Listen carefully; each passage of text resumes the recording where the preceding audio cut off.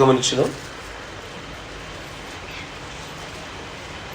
ప్రభువు దయాళుడని మీరు రుచి చూచి ఉన్న ఎడల సమస్తమైనటువంటి దుష్టత్వమును, సమస్తమైన కపటమును, వేషధారణను, అసూయను, సమస్త దూషణ మాటలను మాని క్రొత్తగా జన్మించిన శిశువులను పోలిన వారై నిర్మలమైన వాక్యమును పాల వలన రక్షణ విషయంలో ఎదుగు నిమిత్తము ఆ పాలను అపేక్షించుడి.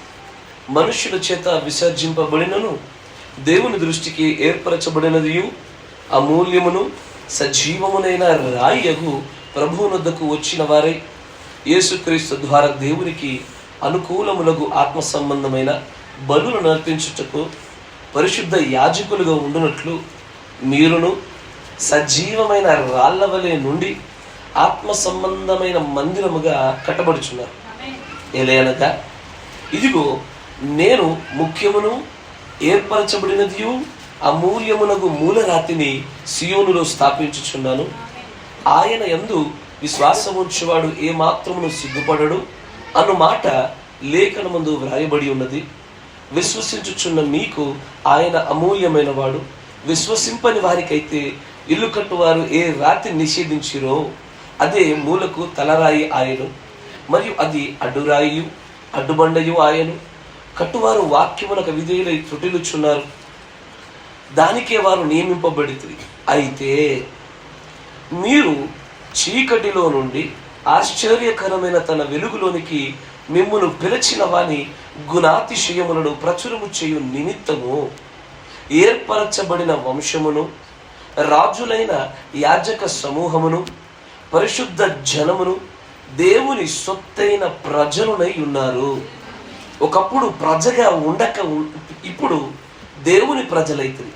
ఒకప్పుడు కనికరింపబడక ఇప్పుడు కనికరింపబడిన వారైతిరి. దేవుడికి స్తోత్రములు కలుగును గాక. మీరున్న చోటే తలను వంచండి, కళ్ళు మూసుకొని ప్రార్థన చేసుకుందాం. పరిశుద్ధుడా, సర్వశక్తి సంపన్నుడ, కృపమయుడా, నీ శక్తికి నీ ఆరాధనకు విరోధముగా లేచుచున్నటువంటి ప్రతి ఆత్మను, ప్రతి ఆ శక్తులన్నిటినీ కూడా, ఆ శక్తుల చేత వాడబడుచున్నటువంటి మనుష్యులను కూడా ప్రభు అయినటువంటి యేసుక్రీస్తు నామములో గద్దించుచున్నాము. ప్రభు అయిన యేసుక్రీస్తు నామములో జగత్తు పునాది వేయబడక మునిపై ఏర్పాటు చేయబడిన ప్రజలు చేసేటువంటి ఈ ఆరాధనకు అడ్డుగా ఏది ఉండకుండా ఉండునుగాక. నీ కృప చేత, నీ శక్తి చేత మేమందరము కూడా ప్రభ నీలో ఆనందించు ముందుకు సాగుటకై మేము అడుగులు వేయించుండగా మీ యందు మాకు ఆనందం కావాలని ఆశపడతా ఉన్నాము. నీ వాక్యము చేత అభిషేకించబడాలని ఆశపడతా ఉన్నాము. నీలో మరింతగా ఎదిగించబడాలని ఆశపడతా ఉన్నాము. దయచేసి ప్రభు ఈ చిన్న మందను, ఈ కూడికను మీరు జ్ఞాపకం చేసుకునండి. చుట్టూ కంచె వేయండి. బోధిపదగిన ఆత్మ చేత, గ్రహింపు శక్తి చేత, నీ లేఖనములలోని ఆ జీవార్థమైనటువంటి సంగతుల ద్వారా మేము పోషించబడులాగున మమ్మల్ని అందరినీ ఒక్కసారి జ్ఞాపకం చేసుకున్నామని ప్రభు అయిన యేసుక్రీస్తు నామములో ప్రార్థన చేయుచున్నాము. ఆమేన్. Praise the Lord. దేవుడికి స్తోత్రములు కలుగును గాక. చాలా సంతోషం. చదవబడినటువంటి లేఖన భాగాన్ని మనం పరిశీలన చేస్తే ఇక్కడ పేతురు గారు వచ్చారు. మీరు ఒకసారి ప్రభువు దయాళుడు, మంచివాడు, కరుణ చూపించేవాడు, గొప్పవాడు అని రుచి చూడడం అనేటువంటిది మొదటగా జరగాలి. ఇది ఎప్పుడు జరుగుతుందయ్యా అంటే, ఈ లోకంలో ఉన్నవన్నీ వ్యర్థమని, ఈ లోకంలో నమ్మదగిన వారు ఎవరు లేరని, ఈ లోకంలో మనము ఇది స్థిరమని, ఇది ఎప్పుడు నిలిచేదని, ఇది ఏది అలాంటిది లేదని, మనలో నిజంగా ప్రేమించేవాడు ఆయనేనని, మనకు తోడుగా ఉండేవాడు రక్షకుడేనని, చివరకు భాగస్వామి యొక్క ప్రేమైన, పిల్లల ప్రేమైన, తల్లిదండ్రుల ప్రేమైన, ప్రేమికుడు ప్రేమికురాల ప్రేమైన ఆయన ప్రేమ ముందు చూస్తే ఏది నిలబడలేదని ఒకసారి రుచి చూడడం జరిగితే అలా ఇదిగో అలాగూ రుచి చూచిన తర్వాత మాత్రమే ఇక్కడ ప్రస్తావించబడిన కొన్ని సంగతులు మన జీవితంలో చోటు చేసుకుంటాయి. అంటే ఎవరికై అంటే ఇక్కడ చెప్పబడుతున్న మాటలు దేవుడి కంటే ధనాన్ని తక్కువగా చూసేవాళ్ళు, దేవుడి కంటే బంధువులను, కుటుంబీకులను, తమ ప్రాణములను, తమ జీవనోపాధులను కూడా తక్కువగా చూసే వారికి ఈ మాటలు ప్రత్యేకంగా రాయడం జరిగింది. మీరు ఒక్కసారి ప్రభువుని ఈయన దయాళుడు, దయ చూపించేవాడు అని రుచి చూసిన తర్వాత అప్పుడు ఆయన అంటాడు, మీరు సమస్తమైన దుష్టత్వమును, కల్మషమును, వేషధారణను వీటన్నిటిని మీరు మానివేయగలుగుతారు. ఇవి మానివేయగలుగుటకు ఉన్నటువంటి ఏకైక గొప్పదైన మార్గం ఏంటంటే ఆయన ప్రేమను రుచి చూచుటయే. ఆయన మాధుర్యం ఎలాంటిది, ఆయన మనకు రక్షకుడిగా ఉంటే మనకు ఉండే భద్రత ఎలాంటిది, ఆయన మనల్ని ప్రేమించుచున్నప్పుడు మనలో సమాధానం ఎలాంటిది, ఆయన మనకు రాజుగా ఉంటున్నప్పుడు మనం పరిపాలించబడే విధానం ఎలాంటిది, ఇవన్నీ కూడా రుచి చూస్తే తప్ప ఒకరు మాటలు చెప్పడం వల్ల అర్థం కాదు. ఒకరు మాట్లాడడం వల్ల, ఆ మాటలు వినడం వల్ల మీకు సమాచారమే దక్కుతుంది. కానీ మీరు ఆయన ప్రేమను నేరుగా ఒకసారి రుచి చూసిన తర్వాత, మీరు నా మాట వింటున్నారా? దీనినే దేవుడి ప్రవక్త ఒక వర్తమానం కూడా చెప్తారు, వింటిని కానీ ఇప్పుడు చూస్తున్నాం. We have heard but now we see. వినుట వేరు, చూచుట వేరు. వినడం అనేది చాలా మాటలు చెప్తూ ఉంటారు, వింటూ ఉంటారు. కానీ ఆ చెప్పబడిన దాన్ని వినడములో కాకుండా దాన్ని నేరుగా చూచి, స్పృశించి, అనుభవించినప్పుడు మాత్రమే. ఎందుకని ప్రజలు దేవుడు దేవుడని ఇంతలా పరిగెడతా ఉన్నారు? తినడానికి వీళ్ళ దగ్గర తిండైనా సరిగ్గా లేదు, కానీ దేవుడి కోసమైనటువంటి ఒక రోషకారణమైన జీవితము ఎట్లా కలుగుతుంది వీళ్ళకి? వీరు గట్టిగా తిప్పి చూస్తే వీరు వెనకాల మనుష్యుల బలగమేమి ఉండదు, కానీ దేవుడి దగ్గరకు వచ్చేసరికి మాత్రము ఎట్లా రోషం కలిగి మాట్లాడగలుగుతున్నారు? ప్రజలు ఆశ్చర్యపడుతూ ఉంటారు. ఎందుకంటే మనం రుచి చూచిన ప్రజలము ఆ రుచిని మరలా వదులుకోవడానికి ఇష్టపడట్లా. దేనినైతే మనం పొందుకొని ఉన్నామో, పొందుకొని ఉన్నటువంటి దాన్ని ఇంకా ఇంకా అధికంగా పొందుకోవాలని ఆశపడతా ఉన్నాము. దినదినము దాంట్లో వృద్ధి చెందాలని ఆశపడతా ఉన్నాము. ఇది రుచికరమైందని, ఆరోగ్యకరమైందని, మంచిదని, క్షేమకరమైందని తెలిసాక ఎవరు దీన్ని వదలడానికి ఇష్టపడరు. అలాంటిది మన ప్రభు యొక్క కృపాదయ. ఒకసారి రుచి చూసాక మన బుద్ధిమాన్యమును బట్టి మనం జారుతున్నామే, కానీ వద్దు అని మనం ఎవరు చెప్పమయ్యా. వద్దు అని చెప్పడానికి అదేమి శిక్ష కాదు, శిక్షణ. అది ప్రేమ, దయ. అది ఎలాంటిదంటే ఇంకా ఇంకా కావాలని కోరుకునేదే కానీ నిలిచిపోయేది కాదది. అలాంటి ప్రభుని కలిగి ఉన్నందుకు నిజంగా మనం ధన్యులమై ఉన్నాం. ఆమేన్, ఆమేన్. ఇంకొంచెం ముందుకు వస్తే అక్కడ చూడండి, ఇక్కడ సియోనులో ఆయన ఒక మూలరాతిని స్థాపించుచున్నాడు. ఆ స్థాపించుచున్నటువంటి ఆ మూలరాతిని కొంతమంది తృణీకరిస్తున్నారు, కొంతమంది ఆ మూలరాతి పైన కట్టబడుతున్నారు, ఆ మూలరాతిని ఆధారం చేసుకుంటున్నారు. ఆ మూలరాయి మీద నుంచి వాళ్ళు పునాదురాళ్ళపైకి, పునాది రాయిపై నుంచి తలరాయి వైపుగా వారు అంచెలంచెలుగా అడుగులు వేస్తున్న ప్రజలు కొంతమంది ఉన్నారు. కొంతమంది ఈ రాయిని తృణీకరించుచున్న ప్రజలు ఉన్నారు, చూసారా? వారిని గురించి మాట్లాడుతూ ఆయన అంటాడు 8వ వచనంలో, కట్టువారు వాక్యమునకు అవిధేయులై తొట్టిల్లుచున్నారు, దానికే వారు నియమించబడ్డారు. ఎవరికైతే ఈ రాయి అడ్డుబండగా ఉందో ఆ అడ్డుబండను బట్టి కట్టుకుంటూ వెళ్తున్న వారు ఎవరైతే ఉన్నారో వారు కడతారు. కానీ కట్టుచున్న వారి నిర్మాణాలు ఏమవుతాయి అంటే ఒక రోజున కాల్చబడతాయి. వారు అలాగూ కట్టడానికే నియమించబడ్డారు. వారు మొదటి నుంచి కూడా దేవుడి యొక్క ప్రణాళికలో పడిపోవుటయే వారి పని. దేవుడు ఎవరన్నా పడిపోవాలని ఆశపడతాడా? దేవుడు ఎవరన్నా నశించిపోవాలని ఆశపడతాడా? కాదు, కాదు. ఆయన ఎవరు నశించిపోవాలి ఆయన ఆశపడు, కానీ ఎవడు నశించిపోతాడో మాత్రం ఆయనకు తెలుసు. తమ సొంత స్వతంత్రతలో పడిపోవునట్లుగా, తాము పాపం వైపు అడుగులేనట్లుగా, ఈ దేవుణ్ణి వదిలి లోకమును ఎన్నుకున్నట్లుగా, దేవుణ్ణి కాదని ఈ లోక భాగ్యాలను కోరుకున్నట్లుగా కొంతమంది వారు నిర్ణయాలు తీసుకోబోతున్నారని ముందే తెలిసాను. కానీ ఇట్లా పడిపోయే ప్రజల గురించి పక్కన పెట్టండి అయ్యా, మంచిగా వినాలా. దేవుడి కంటే మిగిలిన వాటిని ఉన్నతమైన స్థాయిలో చూసుకుంటూ దేవుణ్ణి అడ్డుబండగా చేసుకొని, కొంతమందికి దేవుడు అడ్డుబండే, కొంతమందికి దైవత్వం అడ్డుబండే, కానీ మనకు పునాది అది, మనకు మూలరాయి అది, మనకు అది తలరాయి అది. అసలు మనం నిర్మాణం చేయబడుతున్న మన సమస్త నిర్మాణ ప్రతి రాయి అదే. కానీ కొంతమందికి వారి వివాహాలకు ఈ భక్తి అడ్డు, వారి చదువులకు అడ్డు, అంతేనా? బ్రాకెట్లో బండను పెడతారా పెట్టనా? అంతేనా? వారి వివాహాలకు అడ్డుబండ, వారి యొక్క ప్రేమలకు అడ్డుబండ, వారి స్నేహాలకు అడ్డుబండ, వారి యొక్క వాళ్ళు అనుకుంటారు ప్రశాంతంగా బ్రతకడానికి ఇది అడ్డుబండ వారి దృష్టిలో. కరెక్టేనా? ఇంకా వారి యొక్క ఫ్యాషన్ స్టైల్స్కి, వారి వేషధారణకి ఈ భక్తి అడ్డుబండ. అన్నీ బాగుంటాయి, ఇది ఒక్కటే బాగోదు అక్కడ. ఇట్లా అనేకమైన అడ్డుబండలు ఉంటాయి వారి జీవితాల్లో. ఇవాళ అలాగే నియమించబడి దాన్ని బట్టి త్రొట్టిల్లిపోవడానికి నియమించబడ్డారు. కానీ మరికొంతమంది ప్రజలు ఉన్నారు అంటారు. చూడండి 9వ వచనంలో, అయితే మీరు, మిగిలిన వారు ఎలా పడిపోతున్నారో వాళ్ళ సంగతి పక్కన పెట్టండి, కానీ మీరు ఎలాంటి వారో తెలుసా? మీరైతే చీకటిలో నుంచి సాధారణమైన వెలుగు కాదు, అది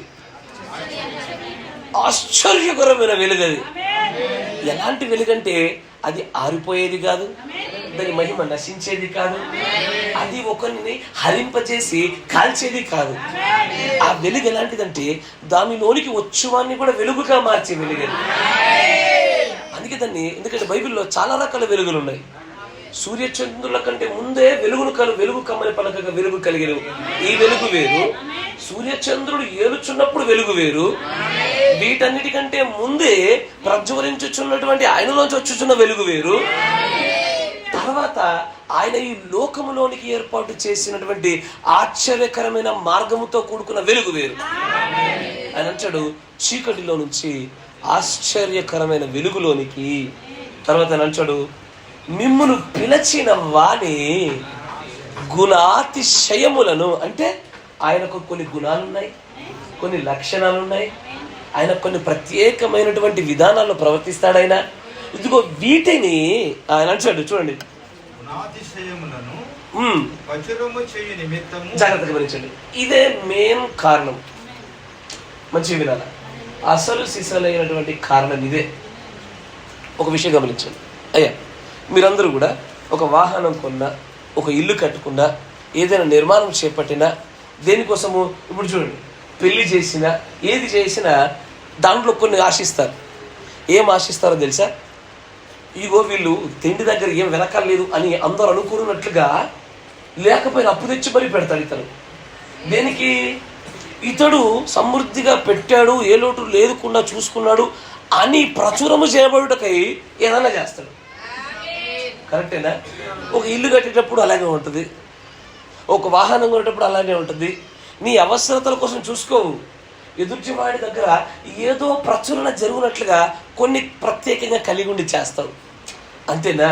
ఇప్పుడు నీ పిల్లోనే చూసుకో, వాడు మురికి బట్టలతో, చినిగిపోయినటువంటి డ్రెస్తో, లేకపోతే చెప్పులు లేకుండా తిరుగుతున్నాడు అనుకో, అయ్యా వాడికి ఏమవుద్దు అన్నదానికంటే ఎక్కువగా ప్రజలు మమ్మల్ని సరిగ్గా పెంచట్లేదనో, మేము సరిగ్గా లాలన పాలన చేయట్లేదనో అనుకుంటారని మనకి గద్దిస్తారు. మీరు సైకలాజికల్ సరిగ్గా చూసుకోండి. ఎందుకంటే వాడు అదే గాలి ఇంట్లో ఎప్పుడు ఆడతాడు, అప్పుడు పట్టించుకోవు నువ్వు, అప్పుడు సాధారణంగా నువ్వు లేపవు. కానీ ఎప్పుడు లేపుతావు అంటే వాడు అలా ఉండి 10 మంది చూస్తున్నప్పుడు మాత్రం మరి బడవా ఇట్రా అంటావు. అంటే దేనికి?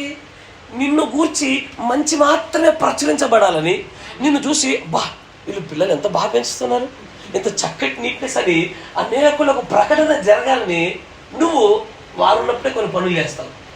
అట్లా మనుషుడు ఏది చేసినా ఏదో మంచో చెడో ఏదో ఒకటి ప్రకటించబడాలని చేస్తారు. దేవుడు మనల్ని తయారు చేసింది కూడా ప్రచురం చేయడానికి. దేన్ని ప్రచారం చేయడానికి చెప్పనా అమ్మా? అయ్యా ఎలారా? దేన్ని ప్రచారం చేయడానికి చెప్పనా? నువ్వు ఎంత అందంగా ఉన్నావనో, ఎంత పొడువుగా ఉన్నావనో, నీకు ఎంతమంది పరిచయాలు ఉన్నాయనో, నీకు ఎంత జ్ఞానం ఉందనో, నువ్వు ఎంత తెల్లగా ఉన్నావనో, లేకపోతే ఎంత నల్లగా ఉన్నావనో, ఎంత లావు ఉన్నావనో, ఎంత డబ్బు ఉందనో, లేకపోతే ఎంతమందికి మేలు చేసావనో, నీ ప్రచురణ కోసం కాదు నేను చేసింది ఆయన. నిన్ను కూర్చిన ఖ్యాతి ముందుకెళ్ళడానికి కాదు. ఆయన నిన్ను నన్ను చేసింది దేని కొరకంటే ఆయన గుణాతిశయములు నువ్వు చెప్పడానికి నిన్ను చేశాడు. ఎవడైనా వచ్చి, నేను బయటికి వెళ్తున్నప్పుడు అక్కడ ముక్కు మొహము పరిచయం లేని వ్యక్తులు కనుక నాకు దొరికి, నాకు పీటర్ గారికి పరిచయం ఉంది తెలిసాక, బద్దవారి పీటర్ గారు ఎంత మంచివాడో అన్నాడు అనుకోండి. పీటర్ గారు చాలా మంచివాడు అండి, అయ్యా చాలా మంచివాడు, ఎలిషా గారు చాలా ఓపిక కలిగినాడండి, వసంత్ గారు చక్కగా వైద్యం చేస్తారండి, ఇట్లా ఎంత మంచిగా చెప్పారేమండి. శూన్యం అది. కానీ ఒకసారి అయ్యా ఇగో ఈ ఫలానా స్టీఫెన్ గారు ఉన్నారు, ఆయనను వాళ్ళ దేవుడు బాగా చేశాడంట, వాళ్ళ దేవుడు ఈయన ఎన్నో తప్పిదాలు చేసినా సహించాడంట అని మన దేవుణ్ణి గుర్చినటువంటి గుణాతిశయములు నీ గుండా ప్రచురం జరిగితేనే నీవు ఉనికికి సరి అయినటువంటి కారణం వచ్చినట్టు. నన్ను గూర్చి ఎక్కడైనా సరే కీర్తి జరిగినా నేను తయారు చేయబడిన నా విధానము ఫెయిల్ అయినట్టే. కరెక్టేనా? నన్ను గూర్చినటువంటి ప్రచురణ జరిగినా, నా క్రియలను గురించి ప్రచురణ జరిగినా నేను పూర్తిగా కోల్పోయిన వాడిని, ఓడిపోయిన వాడిని. కానీ నన్ను బట్టి నా తండ్రికి ఘనత వచ్చిందనుకో, నన్ను బట్టి నా తండ్రి ఎలాంటి వాడో ప్రజలు గ్రహించారనుకో, నేను తయారు చేయబడిన నా విధానానికి అర్థం వచ్చినట్లు. నిన్ను చూడగానే ప్రజలకు ఏమర్థం అవ్వాలి తెలుసా? యేసు ప్రభు అనేటువంటి ఈ దేవుడు మనుష్యులను ఇలా మారుస్తాడా? యేసు ప్రభు అనే దేవుడు మనుషులు ఇలాంటి ప్రేమను ఉంచుతాడా? ఒకప్పుడు ఈ మనుషులు ఇంత ప్రేమ లేదే, ఇలా ఎలా మారగలిగావు? ఆయన అట్లా మారుస్తాడా? అరే ఒకప్పుడు ఇంత శోక సముద్రంలో ఉన్నావు, ఎలా దాటగలిగావు? ఆయన అంత ధైర్యాన్ని ఇస్తాడా? ఇలాంటి తప్పిదాలు కూడా క్షమించగలుగుతాడా? అంత దయాహృదయం కలిగిన వాడా అని ఆయనను గూర్చిన ప్రచురణ ప్రజలకు తెలియపరచడానికి నువ్వు నేనున్నావు. ఇక్కడ నీ గురించి నా గురించి ప్రజలు తెలుసుకోవడానికి కాదు.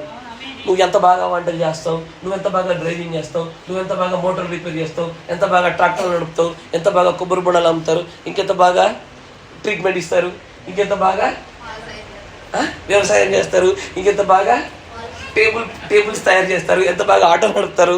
దీంతో మాకు సంబంధం లే, మాకు అక్కర్లే.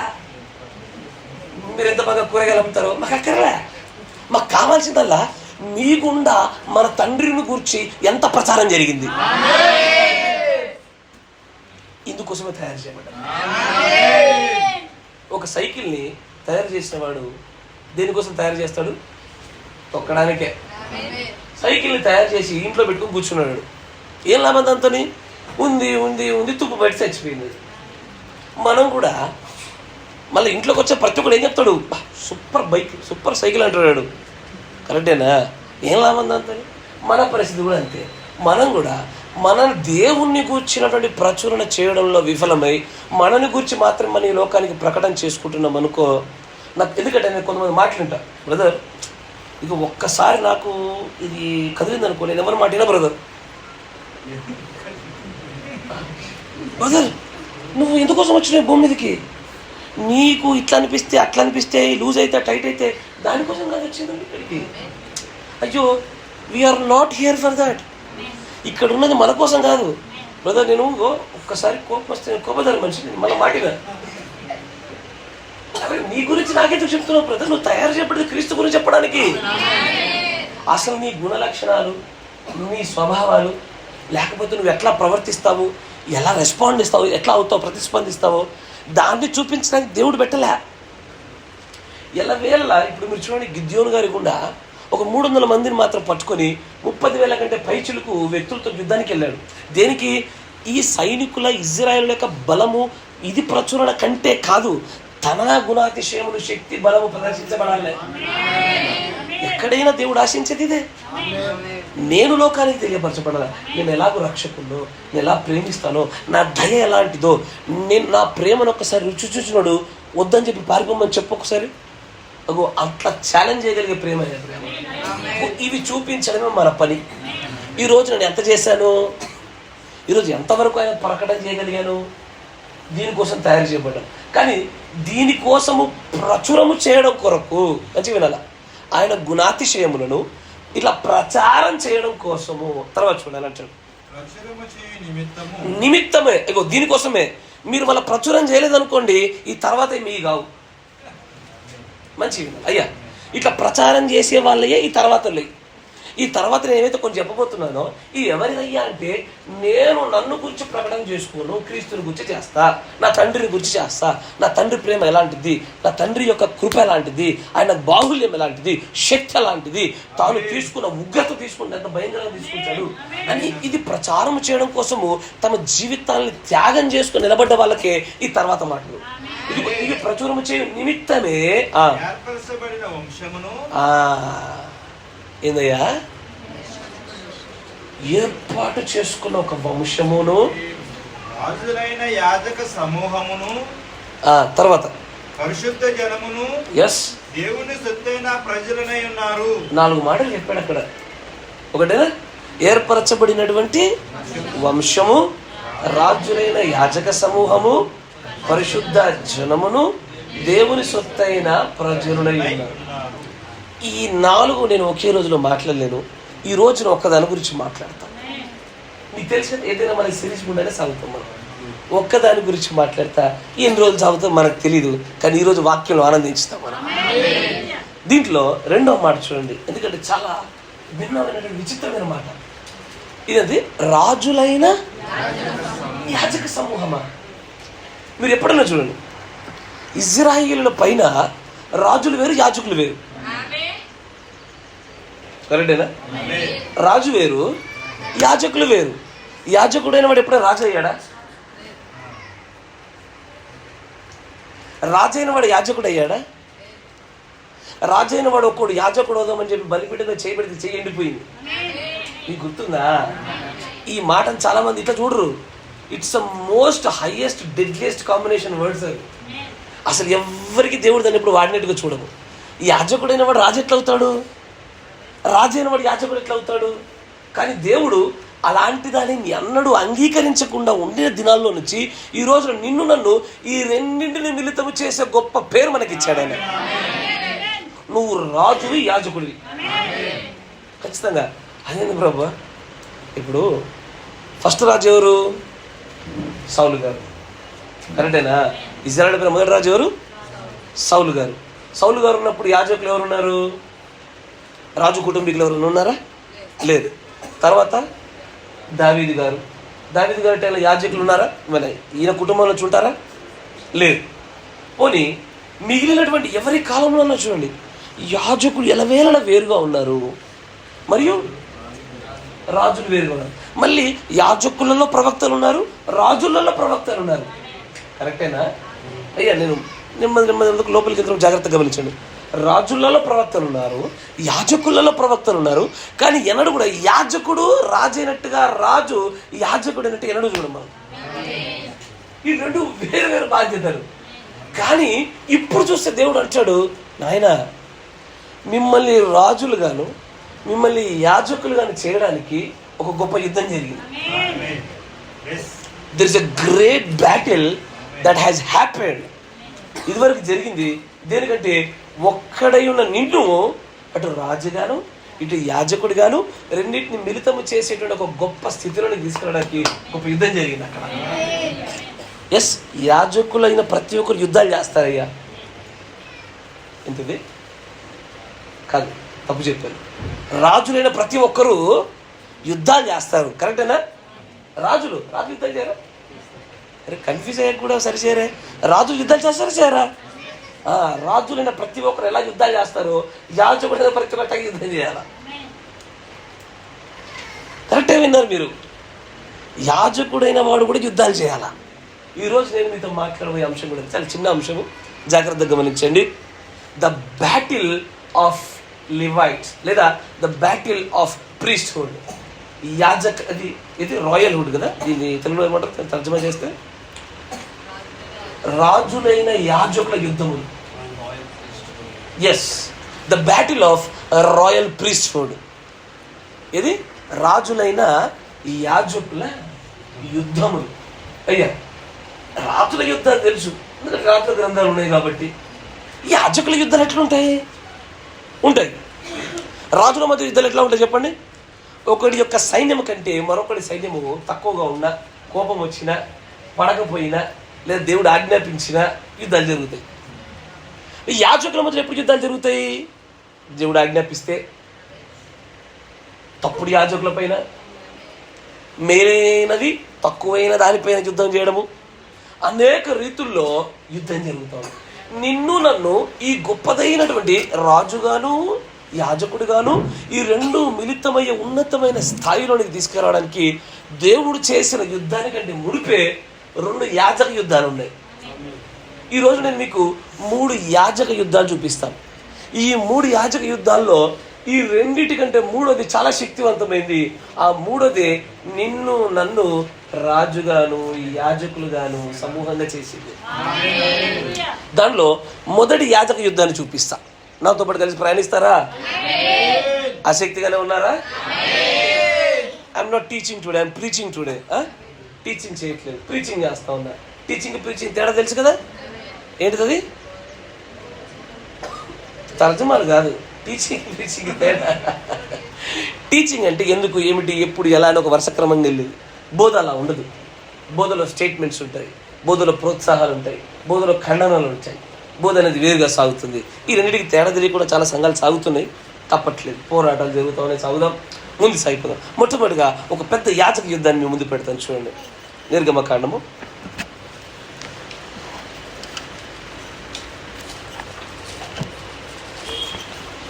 32వ అధ్యాయము మొదటి నుంచి గమనించండి, జాగ్రత్తగా గమనించండి.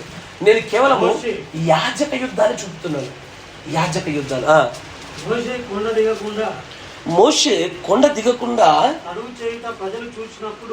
చేయుట ప్రజలు చూసినప్పుడు మైకి ఉన్నా ప్రజలు అహరోను వద్దకు కూడి వచ్చి, మేము మా ముందర నడుచుటకు ఒక దేవతను మా కొరకు చేయము, ఐగుప్తులో నుండి మమ్మల్ని రప్పించిన ఆ మోషే అనువాడు ఏమైనా మాకు తెలియదని అతనితో చెప్పి, అందుకు అహరోను, మీ భార్యలకు మీ కుమారులకు మీ కుమార్తెలకు చెవులకున్న బంగారు పోగులను తీసి నా యుద్ధకు తిన్నని వారితో చెప్పగా, ప్రజలందరూ తమ చెవులనున్న బంగారు పోగులను తీసి అహరోను వద్దకు తెచ్చిరి. అతడు వారి యుద్ధ వాటిని తీసుకొని పోగలతో రూపం ఏర్పరిచి దానిని పోత పోసిన దూడగా చేసింది. అప్పుడు వారు, ఓ ఇశ్రాయేలు, ఐగుప్తు దేశం నుండి నిన్ను రప్పించిన నీ దేవుడు ఇదే అనిరి. అహరోను అది చూచి దాని ఎదుట ఒక బలిపీఠం కట్టించెను. మరియు అహరోను రేపు యెహోవా పండుగ జరుగునని చాటింపగా, మరునాడు వారు ఉదయం లేచి దహన బలులను సమాధాన బలులను అర్పించి. చాలు గమనించారు. ఇప్పుడు వీరు దాస్య గృహమైన ఐగుప్తులో నుంచి బయటకు వచ్చిన ప్రజలు. వీరు ఇంకా మందిరాన్ని కానీ, మందిరపు యొక్క యాజకత్వము కానీ, దాని క్రమము కానీ, ఎలా కట్టబడాలి నిర్మాణం గురించి దేవుని ఇద్దరు నుంచి ఆజ్ఞలు పొందుకోలే. దాన్ని తెచ్చుకోవడానికి ఈయన కొండెక్కాడు. మోషే ఈ నియమాల గురించి దేవుని దగ్గర పొందుకోవడానికి ఈయన కొండపైకి ప్రయాణం చేశాడు. అయితే ప్రయాణం చేసినప్పుడు జాగ్రత్త గమనించాడు. మోషే కొండపైకి వెళ్ళాడు, చాలా దినాలు అయిపోయింది. వెయిట్ చేస్తున్న ప్రజలున్నారు. మమ్మల్ని ఇంతగా నడిపించినటువంటి ఈ మోషే కనబడతలేడు. ఈ అహరోన్ దగ్గరికి వెళ్ళి, అహరోన్, మమ్మల్ని ఇంతవరకు నడిపించిన మోషే అన్నవాడు మాకు కనబడతలే, ఇక రాడనుకుంటా. సో ఇప్పుడు ఏం చేయాలా? సో మనం పని చేద్దాం. మనకి ఇప్పుడు దేవుడు కావాలి. దీనికి దేవుడు లేని ప్రజలంటే అది ఎంత భయంకరమైన విషయం అంటే, పేరు లేని వ్యక్తి లాంటి వాడు, ప్రాణం లేని దేహం లాంటి వాడు, శవం అన్నట్టు. నా మాట వింటున్నారా? దేవుడు లేనటువంటి మనుషులంటే వాడు పేరు లేని వ్యక్తి, ప్రాణం లేని యొక్క బాడీ లాంటి ఒక శవం లాంటి వాడు. దేవుడు ఉండాలిగా. ఇప్పుడు ఫర్ ఎగ్జాంపుల్ మంచిగా వినండి, నేను కొంచెం మాట్లాడతాను, దీన్ని పవిత్రంగా తీసుకోండి. ఎందుకంటే బైబిల్లో ప్రవక్తలు అలాగే చెప్తారు దాన్ని. ఇక్కడ ఒక వ్యక్తి నిలబడ్డాడు. నిలబడిన వ్యక్తి, మీ తండ్రి ఎవరు అన్నప్పుడు ఆయన ఒక పలానా ఒక తండ్రి పేరు చెప్పాలి. చెప్పినప్పుడు ఓహో ఈయన పితృత్వపు హక్కు ఈయనదా, ఈయన కుమారుడా అని తెలియపరచబడుతుంది. కానీ అదే ఒక వ్యక్తి, మంచిగా వినండి, అదే ఒక వ్యక్తి మీ నాన్న ఎవరంటే ఇద్దరు పేర్లు చెప్పారనుకోండి, దాన్ని బైబిల్ పరిభాషలో కానీ ప్రవక్త గారు ఏమంటే అక్రమ సంతానం అని పిలుస్తారు. మంచిగా వినాలి, ఇల్లెజిటమేట్ చైల్డ్ అనే పేరుతో పిలుస్తారు. అదే ఆ వ్యక్తి దగ్గరికి వెళ్ళి, అయ్యా మీ నాన్న పేరు ఏం పేరు అంటే నాకు తెలియదు అన్నాడు అనుకో, అసలు మాకు నాన్నే లేడన్నాడు అనుకో, అయితే రెండే జరగాల. నాన్నే లేకుండా వాడు వచ్చాడంటే అయితే వాడు దేవుడై ఉండాలా లేదా మూర్ఖుడై ఉండాలా. అంతేనా? ఇసార్లో అదే లాంటిదో ఇక్కడ కూడా నీ దేవుడు ఎవరు అన్నప్పుడు నీ దేవుడి పేరు చెప్పగలగాలి. ఎందుకంటే దేవుడు అంటే ఏదో కాదు, నిన్ను సృష్టించినవాడు. సృష్టి లేకుండా నువ్వు రావుగా. సృష్టించకర్త ఉంటేనే కర్మగా, ఆయన పనితనముగా నువ్వు కింద కనబడతావు. తండ్రి ఉంటేనే తండ్రి యొక్క నడుములో నుంచి వచ్చినటువంటి బీజం యొక్క ఫలమే నువ్వుగా నిలబడ్డావు. ఇప్పుడు నేను భౌతికంగా నేను నిలబడుతున్నానంటే నాకు తండ్రి ఉండాలి. నా యొక్క ఎగ్జిస్టెన్స్కి, నా ఉనికికి, నా ప్రెజెన్స్కి కారణం ఒక దేవుడు ఉండాలి. ఇప్పుడు నీ దేవుడు ఎవరు అన్నారనుకో, నువ్వు ఎవరి పేరు చెప్పినా పర్వాలా, ఎవరో ఒకరు ఉన్నారని అర్థం. కానీ నాకు ఈ దేవుడు ఇవన్నీ నమ్మనండి, నాకు దేవుడు ఎవరు లేరండి అన్నవనుకో, అయ్యో మరి నీకు సృష్టికర్త ఎవరు, నువ్వు ఎట్టొచ్చావు, అది ఇల్లిజిటమేట్, నువ్వు అక్రమంగా వస్తావా, దేవుడు లేకుండా పుడతావా? కాదు కాదు కాదు, దేవుడు అనేవాడు ఉండి తీరాల. ఈ విషయం ఇశ్రాయేలుకు తెలుసు కాబట్టి వారు మోషే కనబడకపోయేసరికి అర్ధాంతరంగా లేదు, ఖచ్చితంగా మన ఐగుప్తు నుంచి బయటకు తెచ్చినప్పుడు ఎవరో ఒకరు మనం చూపించాల్సిందే, ఎవరో ఒకరు ప్రదర్శించాల్సిందే. కాబట్టి అంటాడు, ఏయ్ అహరోన్ మనకు పోత వచ్చిన దూడ విగ్రహం చేసుకోవాల్సింది, నువ్వు రా చెయ్యి అని అంటాడు. అనగానే అహరోను గురించి మనకు తెలుసు. అహరోను భయం కలిగినవాడు, ప్రజలు ఎక్కడ చంపుతారేమోనని దేవుడి సేవలో ఉన్నాడే కానీ పూర్తి రోషం కలిగి ప్రాణం పెట్టేంత లేడు. అదే తిరుగుబాటు మోషే మీద చేశారనుకో, రెండు పనులు చేస్తాడు మోషే. ఒకటి, ప్రభు వచ్చి ఆయన కాపాడినట్లుగా నిలబడతాడు, లేదా ప్రభు సరేలే నీ ఇష్టం వదిలేశాడు అనుకో, చనిపోవడానికి సిద్ధపడతాడు, కానీ భయపడి మాత్రం ప్రజలకు లొంగాడు ఆయన. మోషే అలాంటి బలమైన వ్యక్తి ఆయన. మరి అహరోను అలాంటివాడు కాదు. అహరోను ఎలాంటివాడు అంటే, ఈరోజు మనలో క్రైస్తవులు చాలా మంది లాంటి వాళ్ళే, పేరు క్రైస్తవులు, కానీ ఏదైనా ఎదురుబాటు వచ్చిందనుకో గజగజగజ వణుకుతారు. మీరు వింటున్నారా? ఇప్పుడు అదే బయటకు రాగానే ఓ పోలీసు వచ్చాడు అనుకో గజగజగజ వణుకుతారు, ఎదురుబాటు రాదు గజగజగజ వణుకుతారు. దేనికి? దేవుడు ముందు చెప్పలేదా, నా నామాన్ని బట్టి మీరు ఖచ్చితంగా హింసించబడతారు, తృణీకరించబడతారు, త్రోసివేయబడతారు, దెబ్బలు అనుభవిస్తారు, మాటలు అనుభవిస్తారు. ఇది రాకపోతే మనం తప్పులో ఉన్నట్టు, అంతేనా సార్? ఇట్లాంటి జరగకపోతే మనది దుర్బోధం ఉండొచ్చు, లేదా తప్పుడు సంగమై ఉండొచ్చు. ఇది జరుగుతుందంటేనే దుష్టుడికి ఎక్కడో మండుతుంది, వాడు ఓర్చుకోలేకపోతున్నాడు, వాడు సరి అయిన దాన్ని బట్టి ఎప్పుడు కూడా ఆనందపడలేడు. వాడు ఈవిడు మనలో చేరడే, ఈవిడు మనోడు కాడా అని అనిపిస్తూ ఉంటుంది వాడికి ఎప్పుడు కూడా. ఇది జరుగుతూ ఉంటుంది. అయితే ఈ అహరోను మిగిలినటువంటి ప్రజలందరూ ఏం చేశారు, ఒక పోత పోసినటువంటి ఒక విగ్రహాన్ని తయారు చేసుకొని వెంటనే అందరూ సాగిలపడి మొక్కడము, ఒక బలిపీఠం చేసుకోవడము. మంచిగా వినండి, ఇప్పటికీ యాజకత్వపు పరిచయం ప్రారంభమైందా?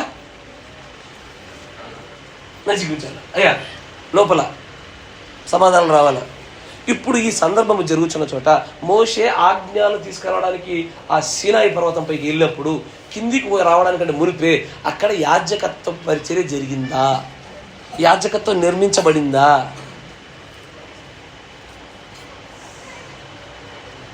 చెప్తలేదు మీరు, ఎవరు ఒకరిద్దరు తలకెలుపుతున్నారు.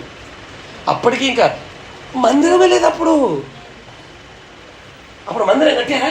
గుడారం మందిరం ఎప్పుడు వచ్చింది? ఆజ్ఞల తర్వాతేగా. ఆ ఆజ్ఞలలో నుంచే మోషే దేవుడి యొక్క ప్రేరేపణ బట్టి మందిరం కట్టడము, యాజకత్వం సమస్తం ఏర్పడింది. అప్పటి వరకు ఇంకా యాజకత్వం ఏర్పడలే. కానీ ఈ యాజకత్వాన్ని ఏర్పాటు చేయడానికి మంచిగా గమనించాలా, ఈ యాజకత్వం ఏర్పాటు చేయడానికి యాజకుడు అంటే ఎవడు అనుకుంటున్నారు మీరు? సాధారణమైన ప్రజల వరే ఉంటారా? కాదు కాదు, రోషం కలిగి జీవిస్తారు వారు. లోకమా దేవుడా అంటే దేవుడు పక్కన నిలబడతారు. వారు లోకం పక్కన 10,000 మంది, దేవుడు పక్కన 10 మంది. ఎటు వెళ్తా ఉన్నానంటే 10 మంది వైపు నిలబడతారు వాళ్ళు. ఇదే యాజకుల పని. ఇక్కడ ఇంకొంచెం ముందుగానే చూద్దాం, మీరు గమనించండి. కాగా 4వ వచనం, సరే 7వ వచనం. కాగా ఓ మోషేతో ఇట్లా నేను, నీవు దిగి వెళ్ళుము, ఐగుప్తు దేశముల నుండి నీవు రప్పించిన నీ ప్రజలను చెడిపోయిరి.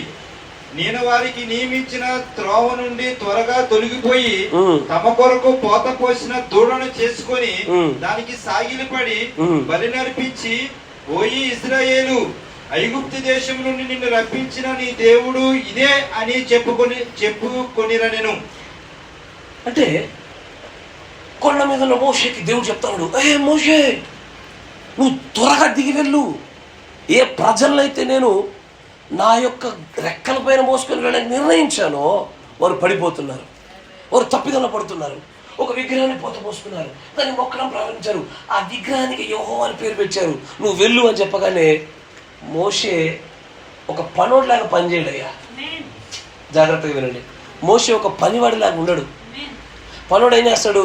నా జీతం నాకు వస్తే చాలని కూర్చాడు. అట్టను కూడా మోషే ఏమనుకో తెలుసా, నా దేవుడి పరిచర్య నా పరిచర్య, నా దేవుడి క్రియ నా దేవుడి నిర్ణయం నా నిర్ణయము. అది ఎట్లా అంటే, ఆయన కొండ దిగి వచ్చినప్పుడు ఒక పనుడైతే ఏం మాట్లాడుతుందో తెలుసా? పలకలు పట్టుకొచ్చి, అరే బుద్ధుందారా, మిమ్మల్ని బట్టి దేవుడు కోప్పడుతున్నారా, ఆయన తిట్టాడు మిమ్మల్ని, ఎంత బాగా చూసుకున్నాడు ఆయన మిమ్మల్ని అని కోప్పడేవాడు. కానీ ఆయన పని వల్లగా లేడు. ఆయన దేవుడిలో ఏకమై మిళితమై అసలు దేవుడికి విరోధంగా ఇజ్రాయెల్ చేసిన పాపము తనకే విరోధంగా చేశాడు ఫీల్ అయినాడు ఆయన. తనకు జరిగినట్టు ఇంత చేస్తారా మీరు అన్నట్టుగా వచ్చి అదే ఆజ్ఞా పలకల్ని పటాలను పలకలగొట్టి కోపముతో రౌద్రముతో, ఏ కోపమైతే యెహోవాకు కూడా రాలేదో అంత కోపం మోషేలో చూస్తున్నాం మనం ఇక్కడ. అంతటి ప్రచండమైన కోపంతో మోషే కింది దిగొచ్చాడు. చూడండి, కొంచెం కింది సాగిపోదాం. 15వ వచనం చూద్దాం. మోషే శాసనములు గల 2 పలకలను చేత పట్టుకొని కొండ దిగి వచ్చెను. ఆ పలకలను ఇరు ప్రక్కల వ్రాయబడినవి, అవి ఈ ప్రక్కను ఆ ప్రక్కను వ్రాయబడి ఉండెను. ఆ పలకలు దేవుని చేసినవి. ఆ పలకల మీద చెక్కబడిన వ్రాత దేవుని చేవ్రాత. ఆ ప్రజలు పెద్ద కేకలు వేయించుండగా యెహోషువ ఆ ధ్వని విని పాలెములో ధ్వని అని మోషేతో అనగా, అతడు ఆ జయధ్వని కాదు, అపజయధ్వని కాదు, సంగీత ధ్వని నాకు వినపడుచున్నదనెను. అతడు పాలెములకు సమీపింపగా ఆ దూడను వారు నాట్యమాడుటను చూచెను. అందుకు మోషే కోపము మండెను. అతడు కొండ దిగువన తన చేతుల నుండి ఆ పలకలను పడవేసి వాటిని పగలగొట్టెను. మరి అతడు వారు చేసిన ఆ దూడను తీసుకొని అగ్నితో కాల్చి పొడి చేసి నీళ్ల మీద చల్లి ఇశ్రాయేలుల చేత దానిని త్రాగించెను. గమనించాడు. ఇప్పుడు మోషే రాజా, లేకపోతే యాజకుడా, లేదా ప్రవక్తనా? మంచిగా గమనించాలా. మోషే ఎవరు? రాజు అవుతాడా, యాజకుడు అవుతాడా, ప్రవక్త అవుతాడా? రాజు కాదా? అధికారం మొత్తం ప్రవక్తలకు కూడా ఉంటుంది. ఎందుకంటే ప్రవక్తలే దేవుడి తర్వాత 5 పరిచారిక వర్గంలో బలమైనటువంటి స్థాయి అధికారం కలిగిన వారు. కానీ ఆయన రాజు కాదు, యాజకుడిగా పనిచేయడు. ఆయన ఎలా పనిచేస్తాడంటే దేవుడి యొక్క ప్రవక్తగా, విమోచకుడిగా పనిచేయాలి. కరెక్టేనా? ఇప్పుడు ఈ ప్రవక్త ఏం చేస్తాడంటే తాను లేని సమయంలో, మంచిగా వినండి, తాను లేని సమయంలో ఈ ప్రజలు అప్పటి వరకు నమ్మినటువంటి తమ భక్తిని కోల్పోయినట్లుగా విగ్రహారాధన చేయటంలో యెహోవా మహిమను మరొకరికి అప్పగించు ఎట్లా పడిపోయారో చూసి ఇది మరలా జరిగి ఉండకుండా ఉండుడికి తను ఆలోచన కలిగిన వ్యక్తిగా ఉన్నాడు. ఆయన రావడంతోనే ఆ దూడను ఏం చేశాడు? కాల్చి చేసి మిక్స్ చేసి ఎవరికి, ఎవరెవరైతే తప్పిదాలు చేశారో వాళ్ళందరికీ నిమ్మకాయ జ్యూస్ కలిపి కలిపి తాగిపించాడు ఆయన. కరెక్టేనా? తర్వాత చూడండి. మరియు అతడు వారు చేసిన దూడను తీసుకుని అగ్నితో కాల్చి పొడి చేసి నీళ్ల మీద చల్లి ఇశ్రాయేలుల చేత దానిని త్రాగించెను. అప్పుడు మోషే, నీవు ఈ ప్రజల మీదకి గొప్ప పాపమును రప్పించినట్లు వారు నిన్ను ఏమి చేసిరని అహరోనును అడుగగా, అహరోను, నా ఏలినవాడా, నీ కోపము మండనీయకుము. ఈ ప్రజలు దుర్మార్గులను మాట నీ ఎరుగుదువు. వారు మాకు ముందుండి నడుచుటకు ఒక దేవతలను చేయమని ఐగుప్తుల నుండి మమ్మల్ని రప్పించిన వాడకు ఈ మోషే ఏమాయనో మాకు తెలియదనిది. అందుకు నేను ఎవరి యొక్క బంగారమునదో వారు దానిని ఓడదీసి తిండని చెప్పి నేను దాని అగ్నిలో వేయగా ఈ దూడ అయినను. ప్రజలు విచ్చలవిడిగా తిరుగుట మోషే చూచెను. వారు వీధులలో వారికి ఎగతాళి కలుగునట్లు అహరోను విచ్చలవిడిగా తిరుగుటకు వారిని విడిచిపెట్టి ఉండెను. అందుకు మోషే పాలెము యొక్క ద్వారమున నిలిచి, యెహోవా పక్షమునున్న వారందరూ నా యొద్దకు రండి అనగా లేవీలందరూ అతని యొద్దకు కూడి వచ్చిరి. అదేంది 12 గోత్రికులుంటే మంచిగా వినాలా, జాగ్రత్త మంచిగా గమనించాలి. ఇక్కడ ఇదేదో యాదృచ్ఛికంగా జరగదు, అది దేవుడి యొక్క ముందు ప్రణాళికలోనే జరగాల.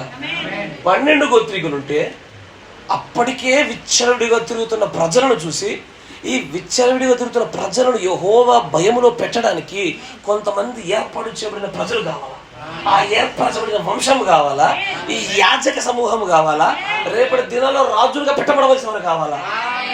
అప్పుడు ఆయన అంటాడు, ఈ సమూహంలో యెహోవా పక్షాన ఉన్నవారు రండిరా అనగానే ఒకళ్ళ మొహంలో చూసుకున్నారు. విచ్చలబడే తిరుడే బాగుంది అనుకున్న వాళ్ళు పోయిన వాళ్ళు పోతున్నారు. అటు సైడ్ పనులు నచ్చాయి, తిరగడం నచ్చింది, తినడం నచ్చింది, త్రాగడం నచ్చింది, సమూహంతో జల్సా చేయడం నచ్చింది, ఈ లోకపు వెలుగులన్నీ నచ్చిన ప్రజలందరూ ఒకవైపు నిలబడ్డారు. కానీ అసలు అప్పటికే స్వాస్థ్యం పంచనాలు జరగలే. ఈ యాజకులకు కానీ మిగిలిన గోత్రికులకు కానీ ఎవరెవరు ఏ పనులు చేయాలి ఏది పంపకాలు జరగలే. అయినా కానీ ఎవరు వస్తారో రండి నా పక్షాలు అనగానే లేవీలు మాత్రం బయటకు వచ్చారు. లేవీలు మాత్రం బయటకు వచ్చారు. ఈ యాజక సమూహము నెమ్మదిగా బయటకు వచ్చి నిలబడింది. అంటే వీళ్ళు బాగా కళ్ళలు తిరిగిన వాళ్ళ, డబ్బున్నోళ్ళ, బాగా బలగం ఉన్నోళ్ళ కాదయ్యా. వారి దగ్గర ఉన్నది ఒకటే, యెహోవా పట్ల ఆసక్తి, ప్రేమ. మేము ఉంటే గింటే బ్రతికితే ఆయన పక్షాన బ్రతుకుతామని 12 గోత్రికుల్లో 11 గోత్రాల్లో కదలిక లేదు. కానీ ఒక్క గోత్రంలో అరే నువ్వురా అని ఎవరు పిలవలే. యెహోవా పక్షాన ఎవరు రండంటే ఆ గోత్రం బయటకు వచ్చింది. అంటే ఆ గోత్ర ప్రజల్లో ఏదో ప్రత్యేకత ఉండాలి. ఆ గోత్ర ప్రజల్లో ఏదో ప్రత్యేకమైన బోధ ఉండాలి. ఆ గోత్ర ప్రజల్లో ఏదో ప్రత్యేకమైన శిక్షణ, పోషణ, పెంపకము పద్ధతి ఏదో మిగిలిన 11 గోత్రాల్లో లేనిది వీళ్ళ దగ్గర ఏదో ఉండాలా. పోనీ 2-3 వస్తే బాగుండు. పోనీ భిన్నమైన ప్రజలు దాంట్లో కొంతమంది దీంట్లో కొంతమంది వస్తే బాగుండు. మీరు గమనిస్తున్నారా? అందులో ఇద్దరు వస్తే ఆశ్చర్యంగా లేకపోవు. కానీ 11 గోత్రంలో 11 రాకుండా ఈ ఒక్క గోత్రమే ఆలోచించండి. 20 లక్షల కంటే పైచులకు జనము. వాళ్ళు తీసుకున్న నిర్ణయం ఎలాంటిది తెలుసా? 20 లక్షల కంటే పైచులకు జనం ఉన్న చోట మహిమ కార్య అద్భుత కార్యాలు చూసి బయటకు వచ్చిన ప్రజలలో ఒకవైపు చూస్తుంటే, ఉదాహరణకి అర్థం కావడం కోసం చెప్తున్నా, 19 లక్షల మంది ఒకవైపు ఉంటే ఇంచుమించుగా దాదాపు 1 లక్ష మంది వైపు మాత్రం పక్కకి జరిగారు. ఒకసారి ఆలోచించండి. ఈ 20 లక్షల మందిలో నుంచి మోషే వైపు దేవుడి పక్షాన ఉండకై ఈ 1 లక్ష మంది నడిచాడు వెళ్తున్నప్పుడు, అరే అటు 19 ఉన్నారా, 1 లక్షే, వాడు ఒక్కొక్కడు ఏళ్ళతో ఇసిరేసి కొట్టినా మనం చచ్చిపోతామరా. భయపడలే వాళ్ళు, జడియలే. ఈ గుంపు ప్రత్యేకమయ్యా. ఈ గుంపుకు స్వాస్థ్యాలు పంపలే, ఆస్తి పంపలే, లేకపోయినా ఈ గుంపు స్వతహాగా స్వతంత్రతగా ఏదో జగత్తు పునాది వేయబడ మునిపే వారిలో పెట్టబడిన బీజములో నుంచే వచ్చినటువంటి నిర్ణయం అది. ఏమని తెలుసా? మేము దేవుని వెంబడిస్తాం. వెనకన్నారు ఎందుకు పోతున్నారా మీరు? అక్కడ ఎవరున్నాడో వెళ్తున్నారా మీరు? అక్కడ ఎంతమంది ఉన్నారో చూసుకోండిరా. మీరు వెళ్తున్న వైపు ఎవరెవరో తెలుసా? మోషే అహరోను ఇద్దరే. అక్కడ ప్రస్తావించిన ప్రజలను చూస్తుంటే మోషే అహరోను ఇద్దరే. ఆ ఇద్దరిని చూసుకొని ఎక్కడ ప్రయాణం చేస్తున్నారు మీరు? ఇక్కడ ఇంత పెద్ద సమూహం పెట్టుకున్నారు మీరు. ఇంత పెద్ద సమూహం వదిలి ఇద్దరిని చూసి వెళ్తున్నారా? కానీ ఆ లేవీలు ఏమంటారు తెలుసా? మేము మోషే పక్షాన అహరోను పక్షాన ఉండడానికి వెళ్ళేది యెహోవా పక్షాన ఉండడానికి వెళ్తున్నాం. ఇక్కడ చూడండి జాగ్రత్త. రాజుల మధ్యలో యుద్ధాలు దేశాలకు ప్రాంతాలకు ప్రజలకు జరుగుతాయి. యాజకుల మధ్యలో యుద్ధాలు ఒకే ప్రజలు ఒకే తెగ సంబంధించిన వారిలో జరుగుతాయి. వీళ్ళు ఈ బయటకు వచ్చే లేవీలు ఎలాంటో తెలుసా? ప్రాణాలు బయటోడితో పోతాయో కాదు, మానానుకున్న వాళ్ళతోనే సరే పోరాడి ప్రాణాలు పోగొట్టుకోవడానికైనా సరే వెనకాడకుండా బయటకు వచ్చిన ప్రజలు. రండి ఎవరు వస్తారు అంటుంటే నో మోర్ డిస్కషన్, ఓన్లీ లేవీల బయటకు వచ్చారు. అక్కడే దేవుడు నిర్ణయించుకున్నాడు ఏం తెలుసా? వీళ్ళే నన్ను సేవించాలా, వీళ్ళే నా యాజకులు, వీళ్ళు నా సొత్తు. మిగిలిన 11 గోత్రాల వాళ్ళకి భూమి పంచిపెట్టాడు, జీవనోపాధులు పంచిపెట్టాడు. కానీ వీళ్ళు ఏమన్నాడు తెలుసా? వీళ్ళకు నేనే జీవనోపాధి, వీళ్ళు నా మీద బ్రతకాలి, నాలో బ్రతకాలి, వీరు నా సొత్తైన ప్రజలు అనిపించారు. అలా పిలవడానికి గల లేవీలు చేసుకున్నటువంటి ఒకే ఒక అద్భుత కార్యం తెలుసా? వారు చేసిన ఈ గొప్ప యుద్ధమే కారణం. తర్వాత చూడండి ఏమంటాడా? యెహోవా పక్షమున ఉన్న వారందరూ నా యొద్దకు రండి, అనగా లేవీయులందరూ అతని ఎద్దుకు కూడి వచ్చిరి. అతడు వారిని చూచి, మీలో ప్రతి వాడును తన కత్తిని తన నడుమునకు కట్టుకొని పాలెముల ద్వారం నుండి ద్వారమునకు వెలుచు, ప్రతివాడు తన సహోదరుని, ప్రతివాడు తన చెలికానిని, ప్రతివాడు తన పొరుగు వారిని చంపవలనని ఇశ్రాయేలు దేవుడైన యెహోవా సెలవిచ్చుచున్నాడనెను. ఈ మాట చదువుతున్న కళ్ళలో నీళ్ళు వస్తా ఉన్నాయి. ఏ గోత్ర ప్రతిష్ఠ చేయలేదు. ఎంపిక చేయబడిన గోత్రం వాళ్ళు, లే నిలబడు, నడు, కత్తి కట్టుకో, పోరా, పోయి శత్రుని కండ కండాలు నరుకోరంటే ఎవడని చంపేవాడు. కానీ ఎవరు చంపాలో తెలుసా? చెలికాడు, స్నేహితుడు, ప్రాణ స్నేహితుడు అనుకున్నవాడు, నా బంధువు అనుకున్నవాడు, పెద్దనన్న చిన్ననన్న అని పిలిచినోడు,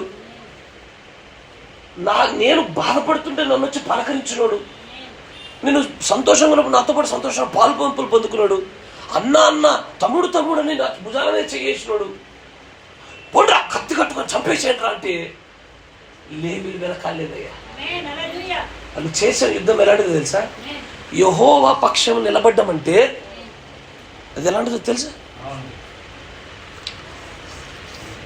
అడ్డుగా నిలబడుతున్నటువంటి కుటుంబీకుల, బంధువుల, వారవీర కాదు, ప్రతి ఒక్కరిని తృణీకరించగలిగేటువంటి ఆ స్థిరమైన నిలకడ జీవితం కోసము ఇది ఒక భయంకర యుద్ధం తెలుసా?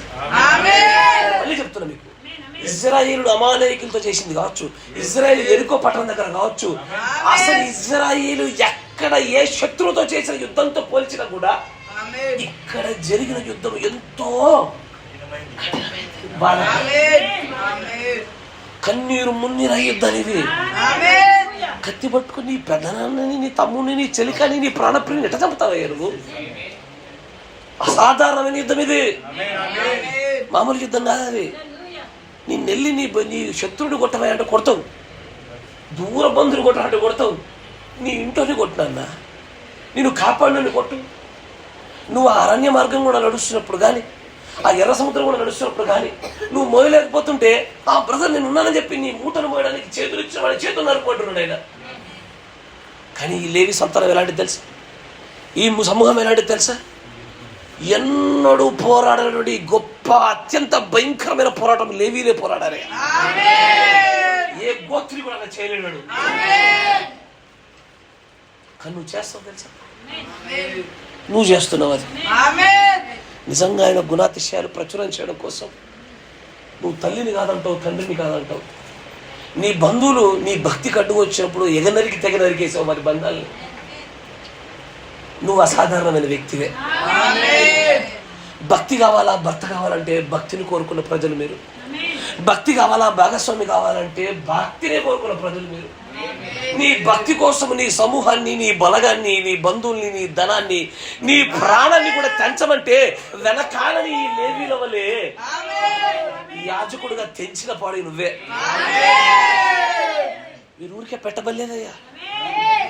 నేను ఈ లేఖనం చదువుతున్నప్పుడు నాకు అనిపించింది, ఎట్ట చంపగలిగారా వీళ్ళు? పోండ్రా మనోనేకులను చంపుడురా అంటే ఇష్టం వచ్చాడు ఎగిరేస్తే అంటారు. శత్రువు నరుకురా అంటే పరిగెత్తే ఊర్లలో వీధులలో ఉరికి తురికి చంపుతారు.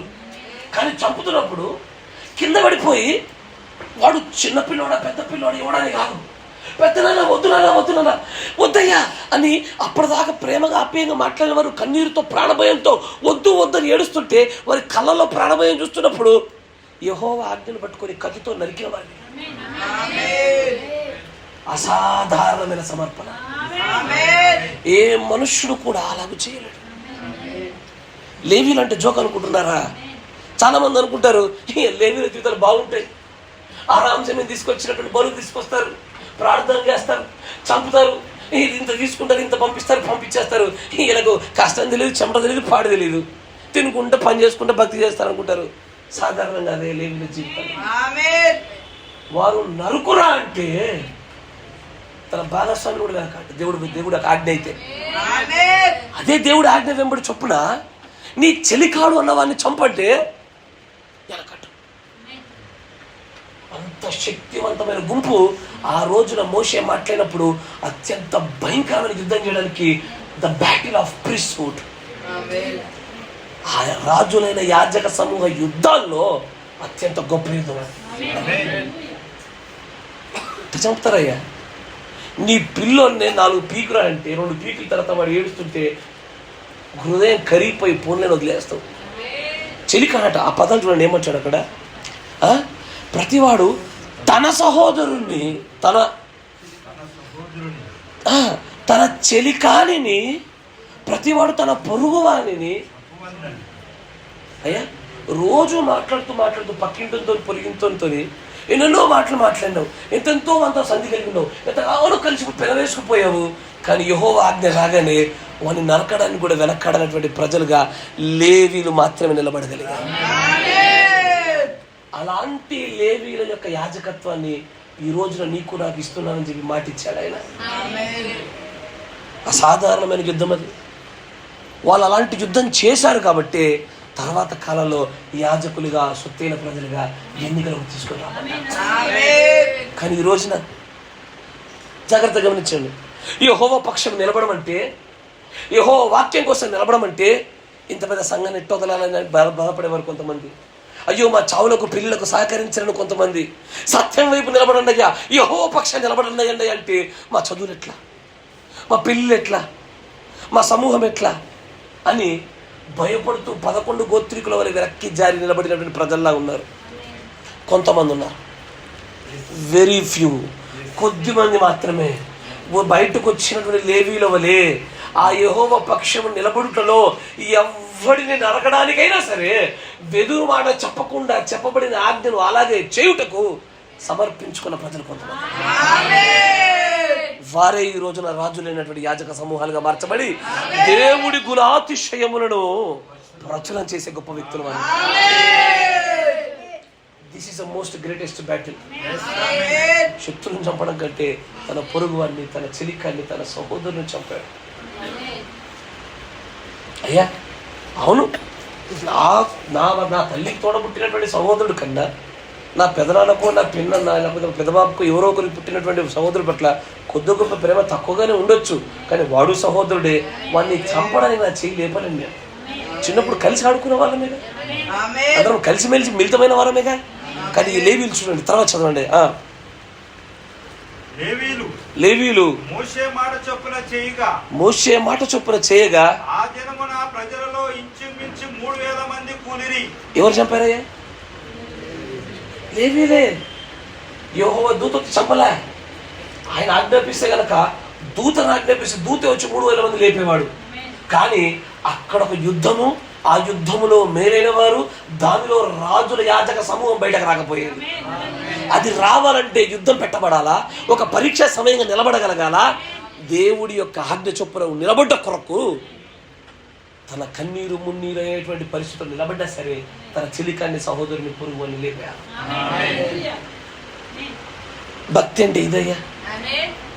భక్తి అంటే 4 పాటలు, 2 వాక్యాలు, 2-3 కలుసుకొని మాట్లాడుకోవడానికి ఇది భక్తి కాదు. భక్తి అంటే ఇది యుద్ధము. దేవుడి ప్రవక్త అంటారు, this is the greatest battle that ever we fought. ఎన్నడూ పోరాటము. ఇదివరకే ఇలాంటి యుద్ధాలు చేస్తే మనం ఎలాంటి యుద్ధాలు చేసుకుంటారా? దీన్ని దృష్టిలో పెట్టుకొని దేవుడు ఆయన శరీరానికి వచ్చినట్టాడు, నీ ప్రాణమును సహా ద్వేషించాలా దేవుడి కోసం. నా భాగస్వామి వస్తే నేను చర్చికి వస్తా, లేకపోతే నా భాగస్వామి కోసం చర్చి కోసం నేను వెయిట్ చేస్తా. రాకపోతే వదిలేసి రాకపోయావా, 2 సార్లు వదిలేస్తే బుద్ధి వచ్చేదేమో. అమ్మ వదిలేశాడు కాబట్టి మధ్య నేను లేట్ చేసినప్పుడు ఇట్లా వదిలేశాడు అన్నప్పుడు ఏం చేయాలా? అదే పాషన్ ఎవరు ఉన్నప్పుడే తీసుకుపోయి రావాలా? అవు నవ్వారు ఎవరు? అదే సింపుల్ చుట్టినప్పుడు తీసుకొచ్చి చర్చలో కూర్చోబెట్టాలా? ఒరే నాయన ఎట్టయినా తీసుకుపోతున్నాడు మమ్మల్ని ముందు రెడీ కూర్చుంటారు. ఒకరేమో ఇంత ఘోరమైన యుద్ధం చేస్తుంటే మన యుద్ధాలు చూసుకుంటే ఆశ్చర్యం కలుగుతుంది. చిన్న వాటిని జయించలేకపోతున్నాం, చిన్న విషయాల పోరాటాల్లో మనం ఓడిపోతున్నాం. కానీ మన యుద్ధం ఎలాంటి తెలుసా? నేను 3వ యుద్ధం చెప్తాను చూడండి. ఈ మొదటిసారి జరిగినటువంటి ఈ యాజక యుద్ధం కన్నా మన యుద్ధాలు పెద్దవి. ఈ కళ ప్రవక్త చెప్పిన మాట, మన యుద్ధం ఎంతో వీరోచితమైనది, ఎంతో సమర్పణతో కూడుకున్నది, శక్తితో దేవుడి కృపతో నడిచేది. గొప్ప యుద్ధం మనది. కానీ మన యుద్ధం కత్తులతో జరగదు. ఇక్కడ మొదటి యుద్ధము కత్తులతో జరిగింది. కరెక్టేనా? 2వ యుద్ధం చూద్దామా? రెండవ యాజక సమూహ యుద్ధాన్ని గమనించుదామా? The second battle of priesthood గమనించండి. సంఖ్యాకాండం. ఆసక్తిగా ఉన్నారా? జాగ్రత్తగా. సంఖ్యాకాండము 16వ అధ్యాయం చూద్దాం.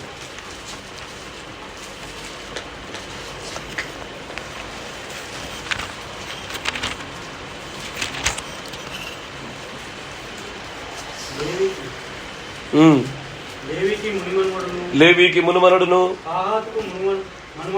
కాహాతుకు మనమడును ఇస్హారు కుమారుడకు కోరాహు రూబేనీయులలో ఏలియాబు కుమారుడైన దాతాను అభిరాములను పెరేతు కుమారుడైన ఓనును యోచించుకొని ప్లాన్ చేసుకొని ఇశ్రాయేలీలలో పేరు పొందిన సభికులను సమాజ ప్రధానులైన 250 మందితో మోషేకు ఎదురుగా లేచి మోషే అహరోనులకు విరోధంగా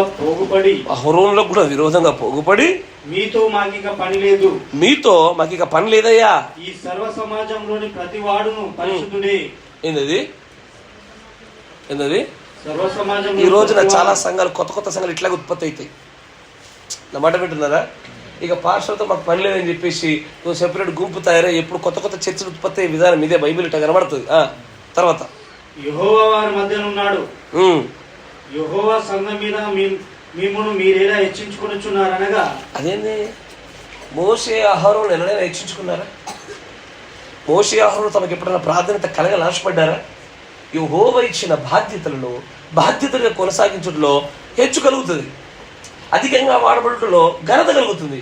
ఆ ఘనత చూసి ఓర్మలేక మీరు అంటారు, హెచ్చించుకుంటారా? మీరు అందరూ పరిశుద్ధులే, అందరూ క్రైస్తవులే, అందరంటే మెసేజ్లే, అందరి దగ్గర మెసేజ్లు ఉన్నాయి, అందరి దగ్గర ప్రత్యక్షతలు ఉన్నాయి. నో బ్రదర్, నో, అట్లా సాగదు. అందరికీ ఆయన దేవుడే, అందరి దగ్గర మెసేజ్ ఉండొచ్చు, అందరి ప్రత్యక్షం ఒకటి కాదు, అందరి లోతులు ఒకటి కావు, అందరి వరాలు ఒకటి కావు, అందరి పిలుపులు ఒకటి కావు. తర్వాత చూడండి. మోషే ఆ మాట విని సాగిలపడింది. అటు తర్వాత అతడు కోరాహుతోను వాడి సమాజంతోను ఇట్లా నేను తన వాడు ఎవడో పరిశుద్ధుడు ఎవడో రేపు యెహోవా తెలియజేసి. మంచిగా గమనించండి. ఏంటది? ఫస్ట్ ఏమన్నాడు? యెహోవా పక్షంలో ఉంటాడో రండి అని, వారి పక్షంలో ఉంటాడు పోడు అని. కరెక్టేనా? Same to same. ఈసారి అంటాడు రేపు చూద్దాం. తనవాడు పరిశుద్ధుడు ఎవడో రేపు చూద్దాం రండి అన్నమాట. వాడిని తన సన్నిధికి రానిచ్చును కదా. ఇది మనందరికి తర్వాత తెలిసిందే ఏంటది. కానీ మంచిగా గమనించండి, యుద్ధాలు మాత్రం జరుగుతున్నాయి, రూపాలు మారుతున్నాయి. ప్రజలకు ఈ రోజున కత్తులు, రక్తము, గాయాలు కనబడితే గొప్ప యుద్ధం అనుకుంటున్నారు. అట్లా అయితే ప్రవక్త గారు ఎన్నడూ పోరాడని గొప్ప పోరాటం అని ఈ రోజు చెప్పకపోయేవాడు. ఈ రోజున కత్తులు, గన్నులు మనం పట్టుకొని పోరాడట్లేదే. ఆ రోజు మొట్టమొదటి యుద్ధంలో ఖడ్గాలు పట్టుకొని, కత్తులు పట్టుకొని ఎలా పడితే నరికి వేసేసారు. కానీ ఇక్కడ ఒక యుద్ధం జరుగుతుంది. ఎలాంటిదంటే మేము యాజకులుగా ఉంటాము, మేమే అధిపతులుగా ఉంటాము అనే యుద్ధం జరుగుతుంది. ఇక్కడ ముఖ్యంగా జరిగే యుద్ధం దేని కొరకంటే యాజక యుద్ధమే. కరెక్టేనా? అప్పుడు మోషే యెహోవా సన్నిధికి అందరిని పిలిచాడు. నేను సమయాన్ని బట్టి ముందుకు పిలవగానే 17వ అధ్యాయం దగ్గర రండి, మీకు అర్థమవుతుంది. ఫాస్ట్ చేయగలుగుతాం, కొంచెం ముందుకెళ్దాం. 3వ యుద్ధం దగ్గర కొంచెం ఎక్కువ సమయం తీసుకుందాం. యెహోవా మోషేకి ఇలాగ సెలవిచ్చెను, నీవు ఇశ్రాయేలీయులతో మాట్లాడి వారి యొద్ద ఒక్కొక్క పితరుల కుటుంబములకు ఒక్కొక్క కర్రగా, అనగా వారి ప్రధానులందరి యొద్ద వారి పితరుల కుటుంబముల చొప్పున 12 కర్రలను తీసుకొని ఎవరి కర్ర మీద వారి పేరు రాసి లేవి కర్ర మీద అహరోను పేరు రాయవలెను. ఏలైనగా పితరుల కుటుంబముల ప్రధానికి ఒక్క కర్రే ఉండవలెను. ఎన్ని కర్రలు? 12 కర్రలు. తర్వాత నేను మిమ్మల్ని కలుసుకుని ప్రత్యక్ష గుడారంలోని శాసనముల ఎదుట వాటిని ఉంచవలెను. అప్పుడు నేను ఎవరిని ఏర్పరచుకుందునో వాడి కర్ర చిగురిచ్చును. ఇశ్రాయేలీయులు మీకు విరోధంగా సనుగులు నాకు వినబడకుండా మాన్పివేయుదును. కాబట్టి మోషే ఇశ్రాయేలుతో చెప్పగా వారి ప్రధానులందరూ తమ తమ పితరుల కుటుంబంలో ఒక్కొక్క ప్రధానికి ఒక్కొక్క కర్ర చొప్పున 12 కర్రలను అతనికి ఇచ్చిరి. అహరోను కర్రయు వారి కర్రల మధ్య ఉండేను. ఇప్పుడు చూసారా, మొదటి యుద్ధం అయితే కత్తులతో జరిగింది, రెండో యుద్ధం కర్రలతో జరుగుతుంది. వింటున్నారా? మొదటి యుద్ధము కత్తులతో, రెండవ యుద్ధము కర్రలలోని సహజాతీతమైనటువంటి ఒక కార్యంతో జరుగుతూ ఉంది. ఇక్కడ వీరిలో వీరికి యుద్ధం. ఏం యుద్ధము? దేవుడి ఎదుట ఎవడు పరిశుద్ధుడు, దేవుడి యొక్క సేవలో ఎవడు అర్హుడు, ఎవడు అంగీకరించబడతాడు. ఒక్కొక్కడికి ఒక్కొక్క కర్ర అందరూ తీసుకొచ్చారు, పెట్టారు. సన్నిధిలో పెట్టాక ఎప్పటి వరకు వెయిట్ చేయాలా? మరుసటి దినం చూసుకోవాలా. చూసుకోగానే, నేను చదివించట్లేదు సమయాన్ని దృష్టిలో పెట్టుకొని, చూసుకోగానే అక్కడ ఒక్కరి కర్ర మాత్రమే చిగురించింది. నా మాట వింటున్నారా? ఈ యుద్ధంలో గెలిచింది ఎవరయ్యా అంటే అహరోనే. ఎవరు? లేవీలే. అయ్యా మీరు మళ్ళీ వినాలా? ఇక్కడ గెలిచింది ఎవరంటే లేవీలే. మొదటిసారి గెలిచింది లేవీలే, రెండోసారి గెలిచింది లేవీలే. ఇక్కడ కూడా లేవీలకు ఎలా అంటే అన్ని వేళలకు గెలిపించే దేవుడే. ఆ గెలుపులో తన లేవీలకు అనుగ్రహించేది ప్రభువే. కానీ ఈ 12 గోత్రికుల దేవుడు మరలా ఎవరినైనా ఎన్నుకోవచ్చు, ఎవరినైనా ఆమోదించవచ్చు. కాదు, దేవుడు ఖచ్చితంగా లేవీలే పరిశుద్ధులు అంటున్నాడు, లేవీలే అర్హులు అంటున్నాడు, లేవీలే యాజకత్వం చేయాలి, వాళ్ళే సేవ చేయాలి, వాళ్ళు మాత్రం నిలబడాలన్నాడు. వీరికి జరిగినటువంటి యెహోవా యొక్క సమక్షంలో సన్నిధిలో జరిగిన యుద్ధంలో మరలా లేవీలే గెలిచారు. ఇక్కడ కూడా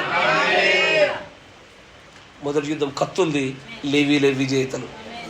రెండో యుద్ధము కర్రలది, యెహోవా సమక్షంలో ఇక్కడ లేవీలే గెలిచారు. కరెక్టేనా? మూడో యుద్ధం చూపించనా? అదేనయ్యా, మొదటి యుద్ధం మాకు వినడానికి గుర్లు పుట్టించట్టు అనిపించింది, రెండో యుద్ధం కొంచెం పర్లేదు వినడానికి. మూడో యుద్ధం ఇంకా సింపుల్గా ఉంటుంది. ఇది మంచిగా గమనించండి. సంహరించడాల్లో, బాధ పెట్టడాల్లో దీని తీవ్రత తగ్గొచ్చు, కానీ శక్తిలో మాత్రము మొదటి దానికంటే రెండోది మహిమ గొప్పది. మొదటి దాంట్లో సహజాతీత కార్యాలు లేవు, కరెక్టేనా? శక్తితో కూడుకున్న కార్యాలు. రెండో దాంట్లో మనుషుల యొక్క ప్రమేయం ఏమి ఉండదు, దేవుడి ప్రమేయమే. మూడవది దేవుడి ప్రమేయమే పూర్తిదైంది. అసలు రెండోది మాకు కొంచెము నిజం చెప్పండి, మంచి యథార్థంగా మాట్లాడండి మీరంతా. అయ్యా మాకు మొదటిది యుద్ధంలా కనబడుతుంది, రెండోది పెద్ద యుద్ధంలా అనిపించలేదు కదా? కరెక్టేనా? మూడోది అసలు అనిపించదు నీకు, మూడోది అసలుగా అనిపించదు నీకు. కానీ రెండోది ఎంతో కొంత యుద్ధం అని గ్రహిస్తే, మూడోది యుద్ధం అని గ్రహిస్తే, నాలుగోది కూడా యుద్ధం అని గ్రహించగలరు. నా మాట వింటున్నారా? అయ్యా మొదటిది కత్తితో జరిగినటువంటి రక్తములతో కూడుకున్నటువంటి యుద్ధము, రెండవది యెహోవా మహిమతో కూడుకున్న యుద్ధము, నాలుగవది సరే క్షమించండి, మూడవది ఇది యుద్ధమా అంటాం. చూపియాలా? మత్తయి సువార్త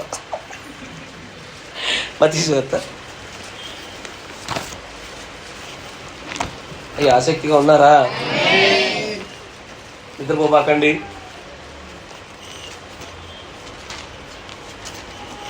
మత్తయి సువార్త 26వ అధ్యాయము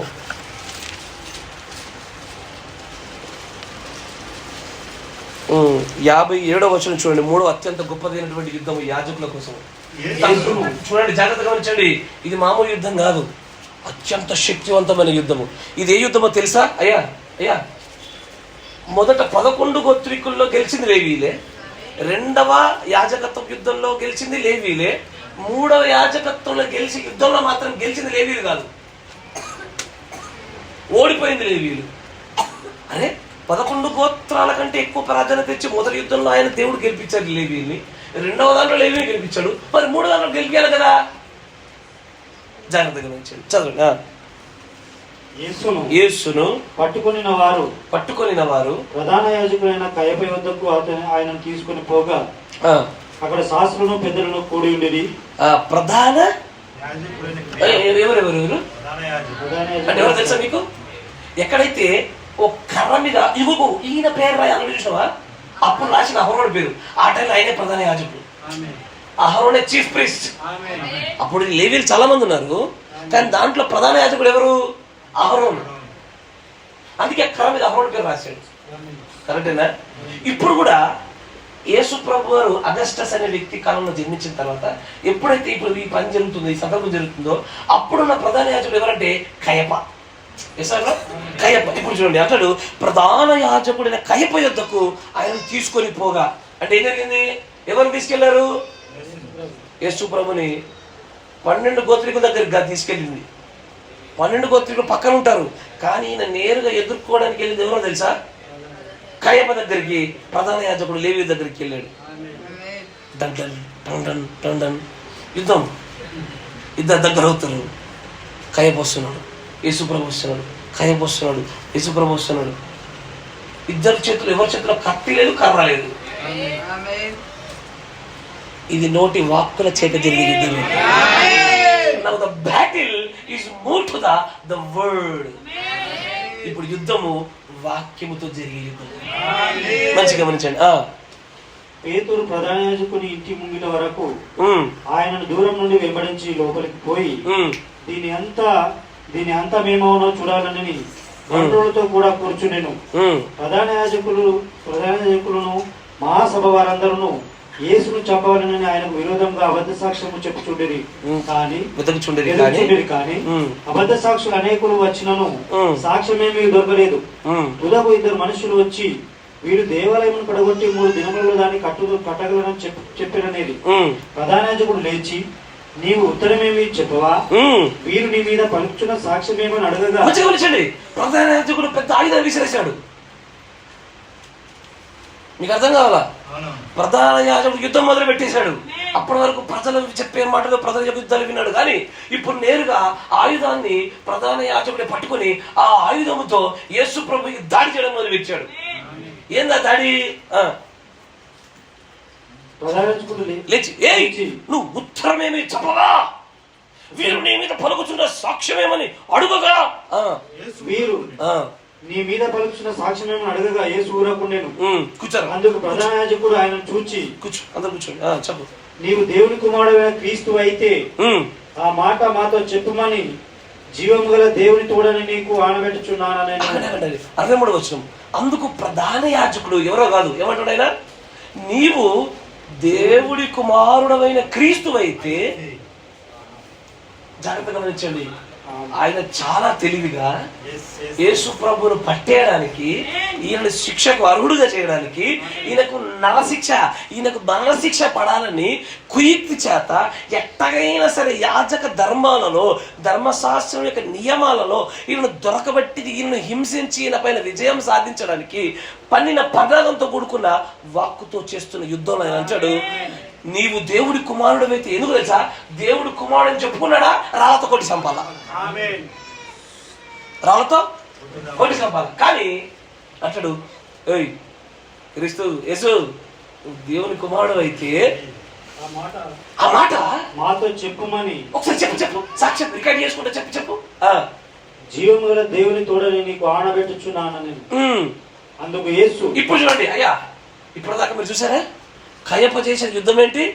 మాటలతో, కుయుక్తితో. మంచిగా గమనించండి, ఏ కుయుక్తి అయితే ఆదిలో సర్పము వాడిందో, ఆదిలో మహిమలో ఉన్న వారిని పడగొట్టుటకు వాడిందో, అదే రకమైనటువంటి కుయుక్తి చేత ధర్మశాస్త్ర నియమాలలో యేసును బంధించి మరణశిక్ష వేయించాలని కుయుక్తితో యుద్ధం చేస్తుండగా, ఇప్పుడు యేసు ప్రభు తిరిగి చేస్తున్న యుద్ధం చూడండి.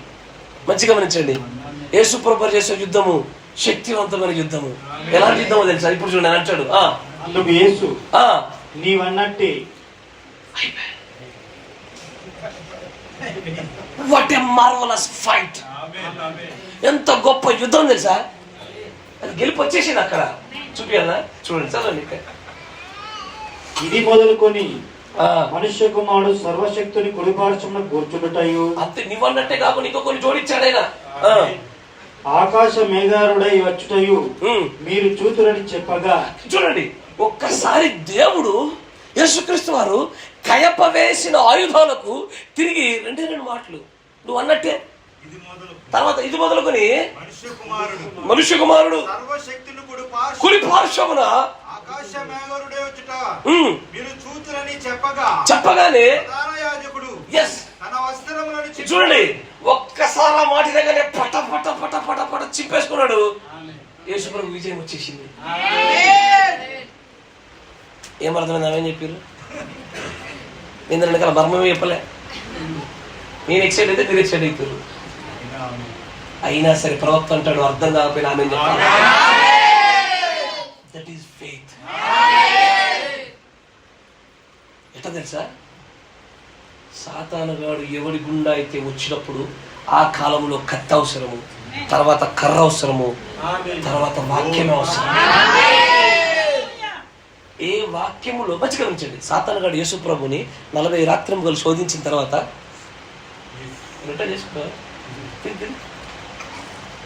నరుడు దీంతో బతకడు, నోట నుండి వచ్చే ప్రతి మాట వల్ల బతుకుతాడు. పైనుంచి దూకుతానా, దూతలు వచ్చి పట్టుకుంటాడు, శోధించడు, స్పష్టంగా పడతావు, మొత్తం నీకు ఇచ్చేస్తాడు. అదే వాక్యాన్ని సాతానుగాడు వాడి ఎట్లా పట్టేయాలని చూశాడో వాడు మళ్ళీ కయపలొద్దు అదే ప్రయత్నం చేశాడు. కయప వచ్చింది ఏ ఆయుధంతో వచ్చాడు? వాక్యం అనే ఆయుధంతో వచ్చాడు. ధర్మశాస్త్రంలోని వాక్యంలో ఇరకబెట్టబడి అని చంపేయాలని చూశాడు. యేసు ప్రభువు ఏం చేశాడు తెలుసా? ఆయన చేసే యుద్ధం చూస్తే మీరు ఆశ్చర్యపడతారు. వాడికి కూడా తెలియదు ఇది యుద్ధం జరిగిందని. తెలియకుండా తన కన్నును తన ఏళ్ళతో వాడి పొడుచుకున్నట్టుగా, పాత నిబంధనలు తమ కత్తులతో తానే పొడుచుకొని చచ్చినట్టుగా, కయపను తనకు తానే ఓడించినట్టుగా చేసిన యుద్ధం ఇది. ఏంటో తెలుసా? అయ్యా, ప్రధాన యాజకుడు ఇట పట్టుకొని పటా పటా పటా పటా పైన చుక్క దించుకున్నాడు.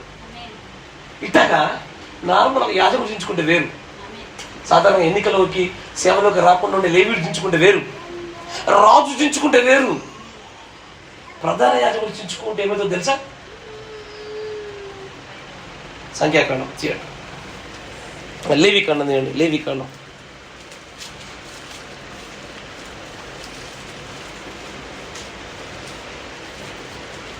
10వ అధ్యాయం 1వ వచనం.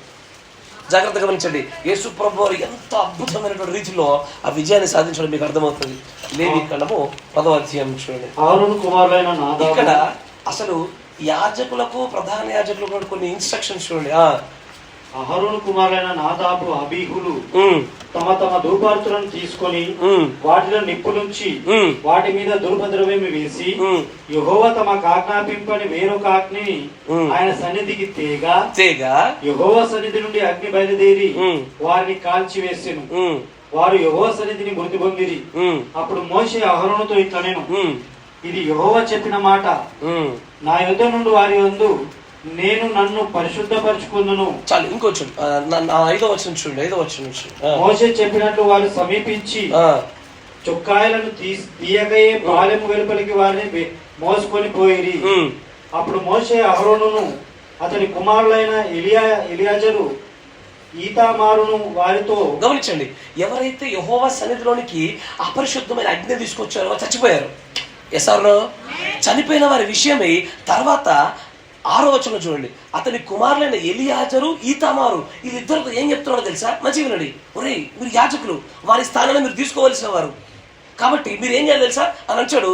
మీరు చావకుండాన్నట్లు, ఈ ఆల్రెడీ చచ్చిపోయి కనబడి చూసేవారు, వీళ్ళ వల్ల మీరు చావకుండాన్నట్లు, ఈ సర్వ సమాజం మీద ఆగ్రహం ఉండకుండా ఉండునట్లు మీ తలలు విరబోసుకొనకూడదు, మీరు బట్ట చింపుకొనకూడదు.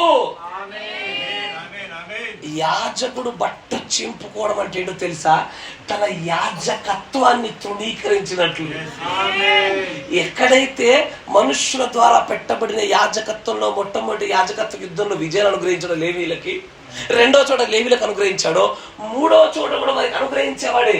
కానీ ఇట్లా వాళ్ళకి విజయం అనుగ్రహించిన కొలది రాజు రాజుగా ఉంటాడు, యాజకుడు యాజకుడుగా ఉంటాడు.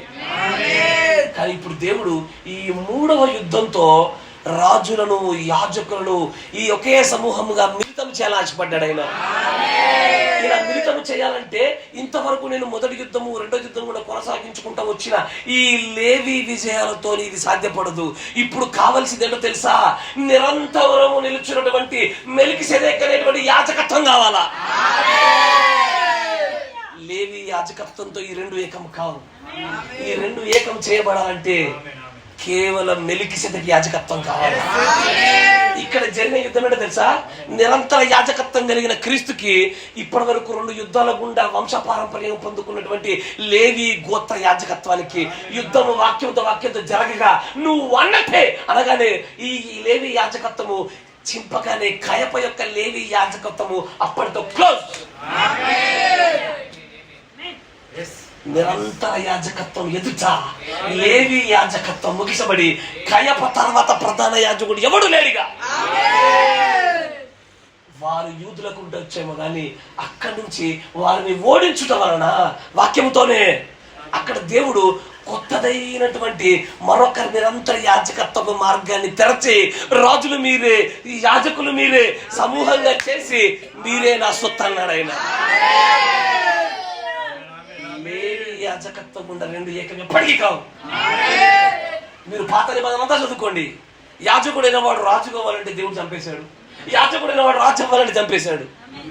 ఆ గోత్రం గుండా, ఆ యాజకత్వం గుండా ఈ రెండు కలయిక జరగదు. ఈ రెండింటి కలయిక జరగాలంటే చూద్దాం. హెబ్రీ పత్రికలో చక్కగా అంటాడు చూడండి. హెబ్రీ పత్రికలో 7వ అధ్యాయం 5వ అధ్యాయంలో కూడా ఉంటుంది. 5వ అధ్యాయం 1వ వచనం నుంచి ప్రతి ప్రధాన యాజకుడును మనుషులలో నుండి ఏర్పరచబడిన వాడై పాపముల కొరకు అర్పణలను బలులను అర్పించుటకు దేవుని విషయమైన కార్యములు జరిగించుటకై మనుషుల నిమిత్తము నియమింపబడును. ఇది లేవి యాజక క్రమం. అది మీరు మొదటి వచనం చదివారా? అది ఏ క్రమము? ఏ లేవి యాజక క్రమం అది కదా. తర్వాత తాను కూడా బలహీనత చేత ఆవరింపబడినందున. ఎందుకు ఇది లేవి యాజక క్రమంలో బలహీనత? మెల్కిసెదెకు యాజక క్రమానికి లేవి యాజక క్రమానికి ఉన్న తేడా ఏంటంటే, ఇక్కడ ఉన్నటువంటి మన యాజకుడు, ప్రధాన యాజకుడు బలహీనత లేనివాడు, పరిశుద్ధుడు, పరిపూర్ణుడైన. అవతల యాజకత్వం వైపు బలహీనుడు. వాడు ఎదుటివాడి కోసం బలులు అర్పించాలంటే ముందు వాడి కోసం అర్పించుకోవాలా. వాడి కోసం వాడు అర్పించుకున్నాక వాడు కడుక్కున్న తర్వాతే ఇంకొకటి యొక్క పాపాలు కడిగి పరిశుద్ధిగా చేయాలా. కానీ మనమున్న యాజకత్వం ఎలాంటిదో తెలుసా?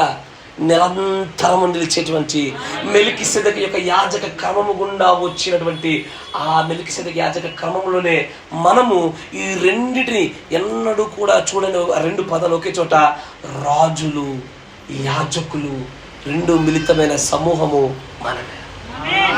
సేవ చేసేది మనమే, రాజులుగా నిలబడేది మనమే. ఇది అన్నాడు పాత నిబంధనలు. అసలు ఆ లేవి క్రమం కూడా ఎవ్వడు పొందరు ఈ ఫలాన్ని. ఫర్ ద ఫస్ట్ టైం ఆ లేవి క్రమం ఒకవైపు, యాజకత్వం యొక్క మెల్కిసెదెకు క్రమం ఒకవైపు, మాట మాట మాట మాట. ఈ మాటల్లోనే దేవుడు వాడిని అక్కడే ఇరుకుబెట్టేసి విత్తని చోట కోసి యుద్ధము జరగనట్టుగానే కనబడిన చోట విజయాన్ని తెచ్చి తనకు తానే ఓడిపోనట్లుగా చీల్చుకొని చేసి లేవి యాజకత్వం ఓడిపోయినట్టు చేయగలిగాడు.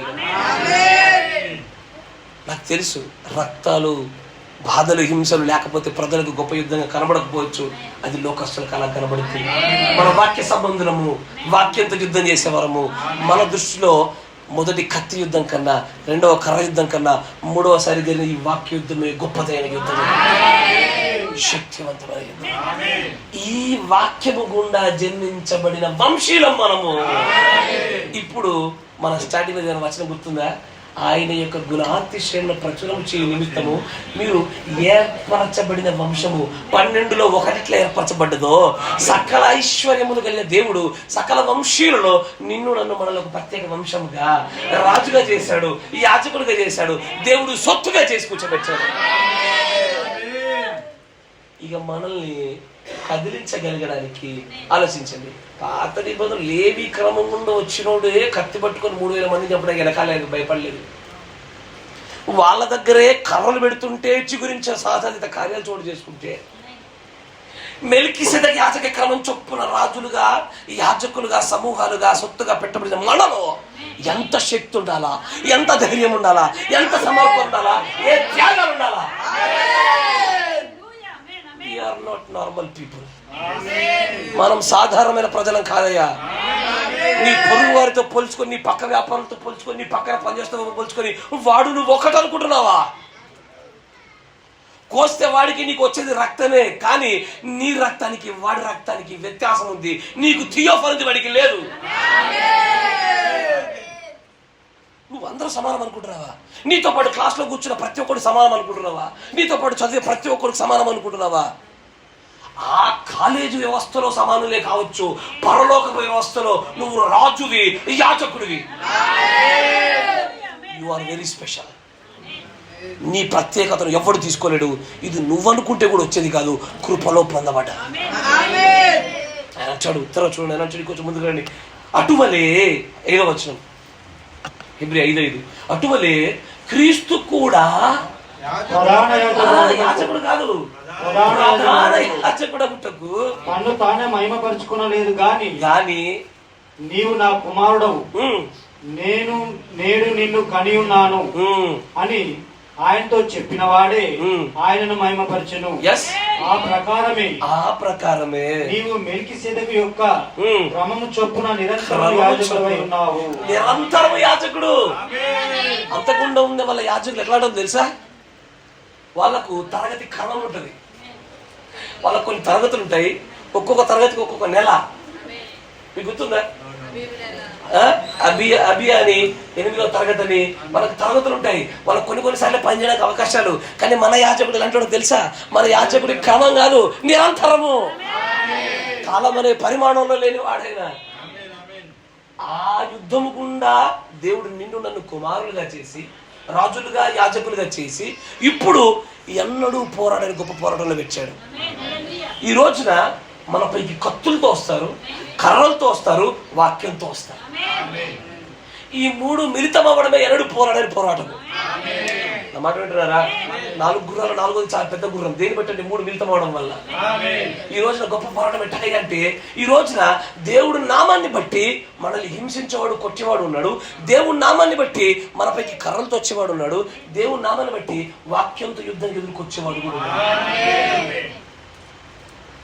కానీ అన్నిటిని ఎదుర్కోగలిగే శక్తి లేవి క్రమం గుండా వచ్చిన వాడికే ఉంటే, I am in the line of Melchizedek. తండ్రి లేకుండా, తల్లి లేకుండా, గోత్రం లేకుండా, జననం లేకుండా, మరణం లేకుండా నిత్యము నిలబడగలుగుతున్నటువంటి యాత్రకుడైనటువంటి ఆ మెల్కీసెదెక్ క్రమంలో రాజులము, యాజకులము. లేవి క్రమం కూడా ఉంటేనే తమ్ముణ్ణి, చెల్లెల్ని, చెలికాన్ని, పొరుగు వాడిని కూడా చంపడానికి వెనకాడినటువంటి గొప్ప శక్తి వాడు పొందుకుంటే, మెల్కీసెదెక్ యాజక క్రమం కూడా మనకెట్టుండాలా? మనని భక్తి నుంచి వేరు చేయగల బలహీనత కలిగిన మనుష్యుడు పరిస్థితి ఏదో నిలబడకూడదు. We are special, we are peculiar, we are so special. దేవుడు అంటాడు, ఆయన ఆ సియోను స్థాపించబడ్డ బండ అనేకులకు అడ్డుబండ. కానీ ఈ రోజున లేవి క్రమం గుండా ఉన్న వారికి కూడా అడ్డుబండగానే ఉంది. ఇది అది ఎవరికైతే పునాది బండగా, అది మూలరాయిగా, అది తలవాయిగా ఎవరికి ఉంటుందంటే, మెల్కీసెదెక్ క్రమం గుండా రాజులు, యాజకులైన వారికే. నీకు నాకు మాత్రమే ఆ ధన్యత. దేవుడు ఎన్నడూ కూడా ఒక వ్యక్తిని నువ్వు రాజువి, యాజకుడిని 2 పేర్లు ఎన్నడూ పెట్టలా. అది పెట్టబడాలంటే కొత్తదైన యాజక క్రమము, విజయము పొందిన యాజక క్రమము, దాని గుండా జన్మించబడిన ప్రజలైన మనకి దక్కినలా. ఇది సాధారణమైన ధన్యత కాదు. దేవుడు అనుగ్రహించిన ఎంతో గొప్ప ధన్యత. ఎంతో ధన్యత, ఎంతో భాగ్యము, నాకెంత ధన్యత, ఎంతో భాగ్యము. అస్తమాన కాలమున వెలుగు వచ్చెను, మహిమకు బాట నాకు చూపెను. అస్తమాన కాలమున వెలుగు వచ్చెను, మహిమకు బాట నాకు చూపెను. ఆర్భాట వర్తమానం నాకు తెచ్చెను, ఆర్భాట వర్తమానం నాకు తెచ్చెను. దేవుని మర్మం మాకు తెలిపెను, దేవుని మర్మం మాకు తెలిపెను.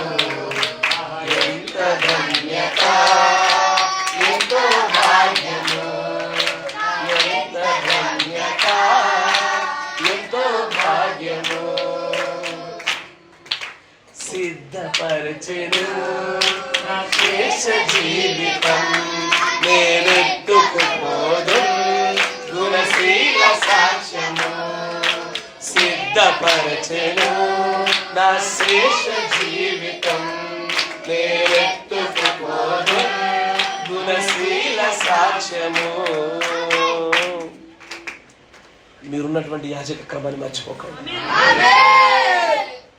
ఏ రాజుకు, ఏ యాజకుడికి, ఏ తరం వారికి ఎవరికి దక్కని ధన్యత నీకు నాకు మెల్కిసెదెకు క్రమం గుండా ఇవ్వడం కోసము ఆయన లేవి క్రమాన్ని కూడా యుద్ధముతో, వాక్యముతో ఓడించి మరి మనల్ని నిలబెట్టుకున్నాడు. ఈ ధన్యత పోగొట్టుకోకండి. దీని కొరకు ఆ 11 గోత్రీకులు పారిపోయినట్టుగా పారిపోబాకండి.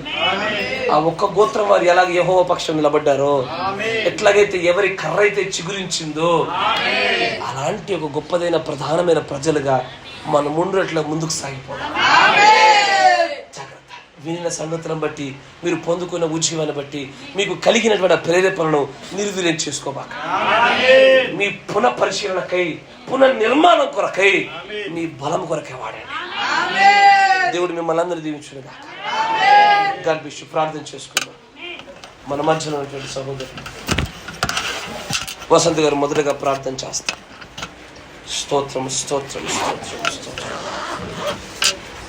స్తోత్రం స్తోత్రం స్తోత్రం స్తోత్రం స్తోత్రం స్తోత్రం స్తోత్రం స్తుతి స్తుతి స్తుతి స్తుతి స్తుతి స్తుతి స్తుతి స్తుతి. పరిశుద్ధుడా, మహోన్నతుడా, మహాగణుడా, సర్వాధికారి యేసయ్యా, నీకు స్తోత్రములు చెల్లిస్తూ ఉన్నాము. ఇదిగో ఇంతవరకు నువ్వు ఉచితమైన కృపలో మమ్మలను భద్రపరిచినందుకు నీకు స్తోత్రములు ప్రభువా. ఇదిగో ఈ స్థలాన్ని మమ్మలను ప్రభు నాయన ప్రత్యేకముగా మమ్మల్ని మీరు ఇక్కడ ఉంచినందుకు నీకు స్తోత్రములు చెల్లిస్తూ ఉన్నాము. ఇదిగో ప్రభు మా మధ్యన నువ్వు సంచరిస్తున్నావని మేము నమ్ముచున్నాం ప్రభువా. ఇదిగో చెప్పబడినటువంటి లేఖనముల బట్టి నీకు స్తోత్రములు చెల్లిస్తున్నాము. ఇదిగో నాయన ఎవరికి లేనటువంటి ధన్యతను మాకు అనుగ్రహించినందుకు నీకు స్తోత్రములు ప్రభువా. విషయాలైతే మాతో నాయన మీ దాసుల ద్వారా మాట్లాడి ఉన్నారు ప్రభా. ఈ యొక్క సమయంలో ప్రభు నాయన మరొకసారి నాయన ఈ యొక్క ఎన్నటువంటి లేఖనములను బట్టి ప్రభా, ఇదిగో మేమందరము కూడా సంతోషముగా ఆనందముగా ఉన్నట్లుగా చేసినందుకు నీకు స్తోత్రములు చెల్లిస్తున్నాము. ఇదిగో ప్రభు నాయన, ఇదిగో ఈ యొక్క యాజక క్రమం అనేటువంటిది, ఇదిగో ప్రభు నాయన నీ స్తోత్రములైన రాజులైన యాజక సమూహం యొక్క యుద్ధం ఏ విధముగా ఉంటుందో, ఇదిగో ప్రభు నాయన ఆ యొక్క మోషే కాలములో ఏ విధముగా నాయన ఇదిగో ఆ యొక్క లేవీలు ప్రభు నీ పక్షముగా నిలబడి యుద్ధం చేసి ఉన్నారు. ఇదిగో ప్రభు ఆ యొక్క అహరోను కూడా ఆ యొక్క కర్రల ద్వారా ఏ విధముగా యుద్ధం చేసి ఉన్నాడో ప్రభు. ఇదిగో దేవునాయన నీకు స్తోత్రములు చెల్లిస్తూ ఉన్నాము. ఇదిగో ప్రభు నాయన రాజులను ప్రభు యాజకులను ఏకము చేయగలిగినటువంటి ప్రభు, ఇదిగో నాయన సాతానుడు కూడా గుర్తించలేనటువంటి ఆ యుద్ధమును బట్టి స్తోత్రములు. యుద్ధములో ప్రభునైన ఇదిగో ప్రభునని ఏ విధముగా అయితే నాయన యాజకుడు ప్రభునైన వస్త్రములను చింపివేసినప్పుడు ప్రభు, ఇదిగో నాయన ఆ యొక్క యాజకులను ప్రభు రాజులను ఏకము చేసి ప్రభు, ఇదిగో నువ్వు అన్నట్టుగా మమ్మల్ని ఆ యొక్క మెలికిసెదెకు క్రమము చొప్పున యాజకుడుగా చేసినందుకు నీకు స్తోత్రములు. ఇదిగో మా ప్రధాన యాజకుడిగా నువ్వు ఉన్నావు ప్రభు. ఆ యొక్క మెలికిసెదెకు క్రమము చొప్పున నాయన మమ్మల్ని కూడా నువ్వు యాజకులుగాను రాజులుగాను చేసినందుకు నీకు స్తోత్రములు. ఇదిగో దేవానికి స్తోత్రములు చెల్లిస్తున్నా ప్రభునైనా. ఇదిగో ఈ యొక్క సమయంలో ప్రభునైనా మీరు రాజులై ఉన్నారు, యాజకులై ఉన్నారు అంటున్నారు ప్రభునైనా. మాకు ఆ ధన్యతనిచ్చినందుకు నీ కృతజ్ఞతాస్తుతులు చెల్లిస్తున్నాము ప్రభు. మమ్మలను ఇదిగో నాయన ఇదిగో మేము చాలా సామాన్యమైనటువంటి వారుగా ప్రభునైనా ఇదిగో మమ్మల్ని వర్ణిస్తలేదు కానీ ఇదిగో ప్రభునైనా మీరు రాజులని యాజక సమూహముగా నాయన ఇదిగో నాయన నువ్వు గుర్తించినందుకు నీకు స్తోత్రములు చెల్లిస్తున్నాము. నువ్వు ఆ విధముగా చేసినందుకు నీకు స్తోత్రములు చెల్లిస్తున్నాము. ఈ యొక్క గొప్ప భాగ్యము నాయన ఇదిగో మా నీతిని గాని ఇదిగో మా యొక్క పరిస్థితిని గాని చూసి ఇచ్చినటువంటిది కాదు కానీ ప్రభా, గొప్ప కార్యములను చేయడానికి ప్రభునైన ఇదిగో ప్రభునైన ఆ యొక్క యాజకుల చేతును ప్రభు, ఇదిగోనైనా ఆ యొక్క ప్రభునైన ప్రధానులు ఎదుట నువ్వు నిలబడి ఉన్నా ప్రభునైన. ఇదిగో వారి చేతనైనా ఉమ్మివేయబడినట్లుగా ఉన్నా ప్రభునైనా. ఇదిగో వారి చేత కొరడాలతో కొట్టబడి ఉన్నావు ప్రభునైనా. ఇదిగో అంత గొప్ప యుద్ధము చేసిన ఆయన ఇదిగో ప్రభునైనా ఆ యొక్క ఇదిగో మెలికిసెదెకు ఆ క్రమము ద్వారా మమ్మల్ని యాజకులుగా చేసినందుకు ఓ ప్రభువా నీ స్తోత్రములు నాయనా. ఇదిగో మేము ఆశాపడినటువంటి వారము కాదు, నీలో నుంచి తీయబడినటువంటి వారు, నీ ఎన్నెముకల నుంచి తీయబడినటువంటి వారు, నీ పక్కల నుంచి తీయబడినటువంటి వారు స్తోత్రములు చెల్లిస్తున్నా ప్రభువా. ఇదిగో ఏమిచ్చిన నీ రుణము తీర్చుకో తీర్చుకోలేం ప్రభా. ఇదిగో దేవాని స్తోత్రములు చెల్లిస్తూ ఉన్నాము. ఇదిగో నాయన నిజంగా ఈ ధన్యతనైనా ఇదిగో ప్రభునైనా ఈ యొక్క సిద్ధపాటు ప్రభునైనా ఈ యొక్క సమయం నాయన చాలా గొప్పదై ఉన్నది ప్రభునైనా. అతి గొప్పదైన యుద్ధం అంటున్నా ప్రభా, పోరాటం అంటున్నా ప్రభునైనా. క్రమము చొప్పున వచ్చినటువంటి యాజకులు మాత్రమే నాయన దీంట్లో నిలబడగలనంటున్నా దేవాని స్తోత్రములు చెల్లిస్తున్నాం ప్రభునైనా. తల్లినైనను తండ్రినైనా వంశవాళ్ళనైనను దేనిని కూడా చూడనట్టున్నా ప్రభా. నీకంటే ఎక్కువగా దేనిని ప్రేమించొద్దనని స్తోత్రములు చెల్లిస్తున్నాం ప్రభునైనా. ఇదిగో ఆ క్రమము గుండా ఆ యొక్క మెలికెసెదెకు ఆ క్రమము గుండా ప్రభా ఇదిగో మమ్మల్ని ఉన్నతమైనటువంటి స్థానములు మీరు ఉంచినందుకు స్తోత్రములు ప్రభునైనా. అది మా శక్తి చేత కాదు ప్రభా, అది మా బలం చేత కాదు ప్రభా, అది మా యొక్క క్రియల చేత కాదు ప్రభునైనా. కేవలం నాయన ముందు ప్రణాళికలు మమ్మల్ని ఏర్పరచుకున్నా ప్రభా, రాజులను యాజకులుగా చేసా ప్రభా, యాత్రికులుగా ఒక సమయం మేము అక్కడ సమీపించబోతున్నాం ప్రభా, నిన్ను చూడబోతున్నాం ప్రభునైనా. ఆ క్రమము గుండా నిన్ను కలుసుకోకపోతున్నాం ప్రభునైనా. స్తోత్రములు చెల్లిస్తున్నాం ప్రభా, సహాయమును దయచేయండి.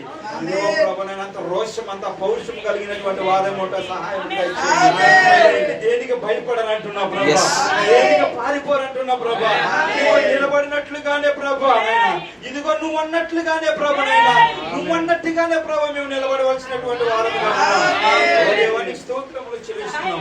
అంత శక్తి అంత బలమును దయచేయమని అడుగుతున్నాం. ఓ ప్రభుని స్తోత్రములు చెల్లిస్తున్నాం. ఆ యొక్క వాక్యమును మా నోట ఉంచమని అడుగుతున్నాం, ఆ వాక్యమును మా హృదయంలో మీరు ఉంచమని అడుగుతున్నాం ప్రభా. ఇదిగో మేము యుద్ధం చేయించుండగా ప్రభునైనా ఇదిగో మాకంటే ముందుగా నువ్వు యుద్ధం చేసి స్తోత్రములు చెల్లిస్తున్నాం. నీవే మహిమ ఘనత ప్రభావాలు పొందుకోమని ప్రభు అయినటువంటి యేసుక్రీస్తు నామములో ప్రార్థన చేయించున్నాము. మహాపరిశుద్ధుడా, ఓ ప్రియ పరలోకపు తండ్రి, అవును తండ్రి, మాకు ఇచ్చినటువంటి ధన్యతను మేము గుర్తించినట్లుగా మా కన్నులు తెరిచినందుకు నీకు వందనాలు. అవును, రాజులు యాజకులు సమూహముగా అసలు మిళితమై ఉండుట అనేటువంటిది అది ఎన్నడూ జరగకుండా ఈ కాలంలో మాకు అనుగ్రహించిన ఒక గొప్ప ధన్యత. అది ఆర్భాట వర్తమానము, ఈ మెల్కిసెదెకు అవరైనటువంటి ప్రభా ఆ అనేకమైన మాటల గుండా మేము పొంది ఉండగా, ఓ సర్వోన్నతమైన తండ్రి, నీ వాక్కు లేకుండా, నీ వర్తమానికుడు లేకుండా, నీ వర్తమానం లేకుండా మేము ఏమీ చేయలేం ప్రభా. నీవు గొప్పవాడవు నాయన. మేము రాజులైనను యాజకులైనను స్వత్తైనను మేము ఎలాంటి వారైనను నీ గుణాతిశయములు ప్రచురము చేయుటకే, నీ గుణాతిశయాలు ప్రచురించాలి నాయన. నీ మమ్మల్ని గురించి ఎవరు తెలుసుకోకూడదు ప్రభా. మేము చేసే పనులు ఎవరికి తెలియకూడదు, మేము చేసే కుడి చేతితో చేసేది ఎడమ చేతికే తెలియకూడదు నాయన. కానీ మేము చెయ్యి ప్రతిదాని వెనకాల నీ ఉన్నావని నీ గుణలక్ష్యములు ప్రకటించబడాలి ప్రభువా. మా అమ్మను బట్టి, మా మాట క్రియ తలంపు చూపును బట్టి నీ నామం ఎంతో ఘనపరచబడాలి తండ్రి. దయచేసి అలాంటి ప్రజలుగా మమ్మల్ని అందరినీ మలచమని, ముఖ్యంగా ఈ కుటుంబానికి అలాంటి ధన్యత దయచేయండి. కుమార్తె కుటుంబానికి నాయన, వీరి పిల్లలు ఇద్దరు అబ్బాయిలకును ఆ కుమార్తెకును నువ్వు ఎలాగైనా తోడుగా ఉండవు. వీరి యొక్క ఎన్నిక ఎలాంటిదో ప్రభు వీరు చూడగలిగినట్లే వీరి కన్నులు తెరవండి నాయన. వీరు కాలేజీల్లో కూర్చుంటున్నప్పుడు మిగిలిన వారి వల్లే వీరు వారితో సమానమైన వారు కారణాయన. వీరు పని చేస్తున్నప్పుడు వీరు పొరుగు వారితో అలాంటి వారితో వీరు సమానమైన వారు కారణాయన. ప్రత్యేకించబడ్డవారు అలాంటి వీరి ప్రత్యేకతను వీరు గుర్తిరిగి నువ్వు దయాళులను రుచి చూచినట్లుగా వీరి కన్నులు, వీరి స్పర్శను, వీరి ప్రత్యక్షతలు తెరవని ప్రార్థిస్తాను. ఈ కుటుంబంలో ఉన్నటువంటి ప్రతి అనారోగ్యమును, ప్రతి విధమైన సమస్యను, ప్రతి విధమైనటువంటి దురాత్మను, దాని ప్రభావాన్ని ప్రభువుని యేసుక్రీస్తు నామములో దూరపరుస్తా ఉన్నాము. ప్రభువుని యేసుక్రీస్తు నామములో ఈ కుటుంబములకు శాంతి సమాధానాలు కలుగును గాక. ఈ కుటుంబంలో శాంతి సమాధాన కర్తలుందురు గాక. నీ కొరకైనటువంటి విరోచితమైనటువంటి రోషం కలిగినటువంటి యవ్వనస్తులుగా ఈ కుటుంబంలో ఉన్న ప్రతి ఒక్కరిని నిలబెట్టమని, నేను కూడి వచ్చినటువంటి సమకూర్చబడినటువంటి నీ ప్రియమైనటువంటి ప్రజలందరినీ మీరు ఆశీర్వదించమని, నీ యాజక క్రమం గుండా వీరికి కలిగినటువంటి వీరి ధన్యతను వీరు సద్వినియోగపరుచుకుని నిన్ను ప్రచురము చేయుచు నీకోసం నిలబడే భాగ్యం కూడా మా అందరికీ అనుగ్రహించమని జరగనయున్న ప్రేమ విందులో కూడా తోడుగా ఉండమని ప్రభువైన యేసుక్రీస్తు నామములో ప్రార్థన చేయుచున్నాము. ఆమేన్. God bless you. దేవుడు మిమ్మల్ని అందరినీ దీవించును గాక. రాజులు, యాజకులు, గాడ్ బ్లెస్ యు.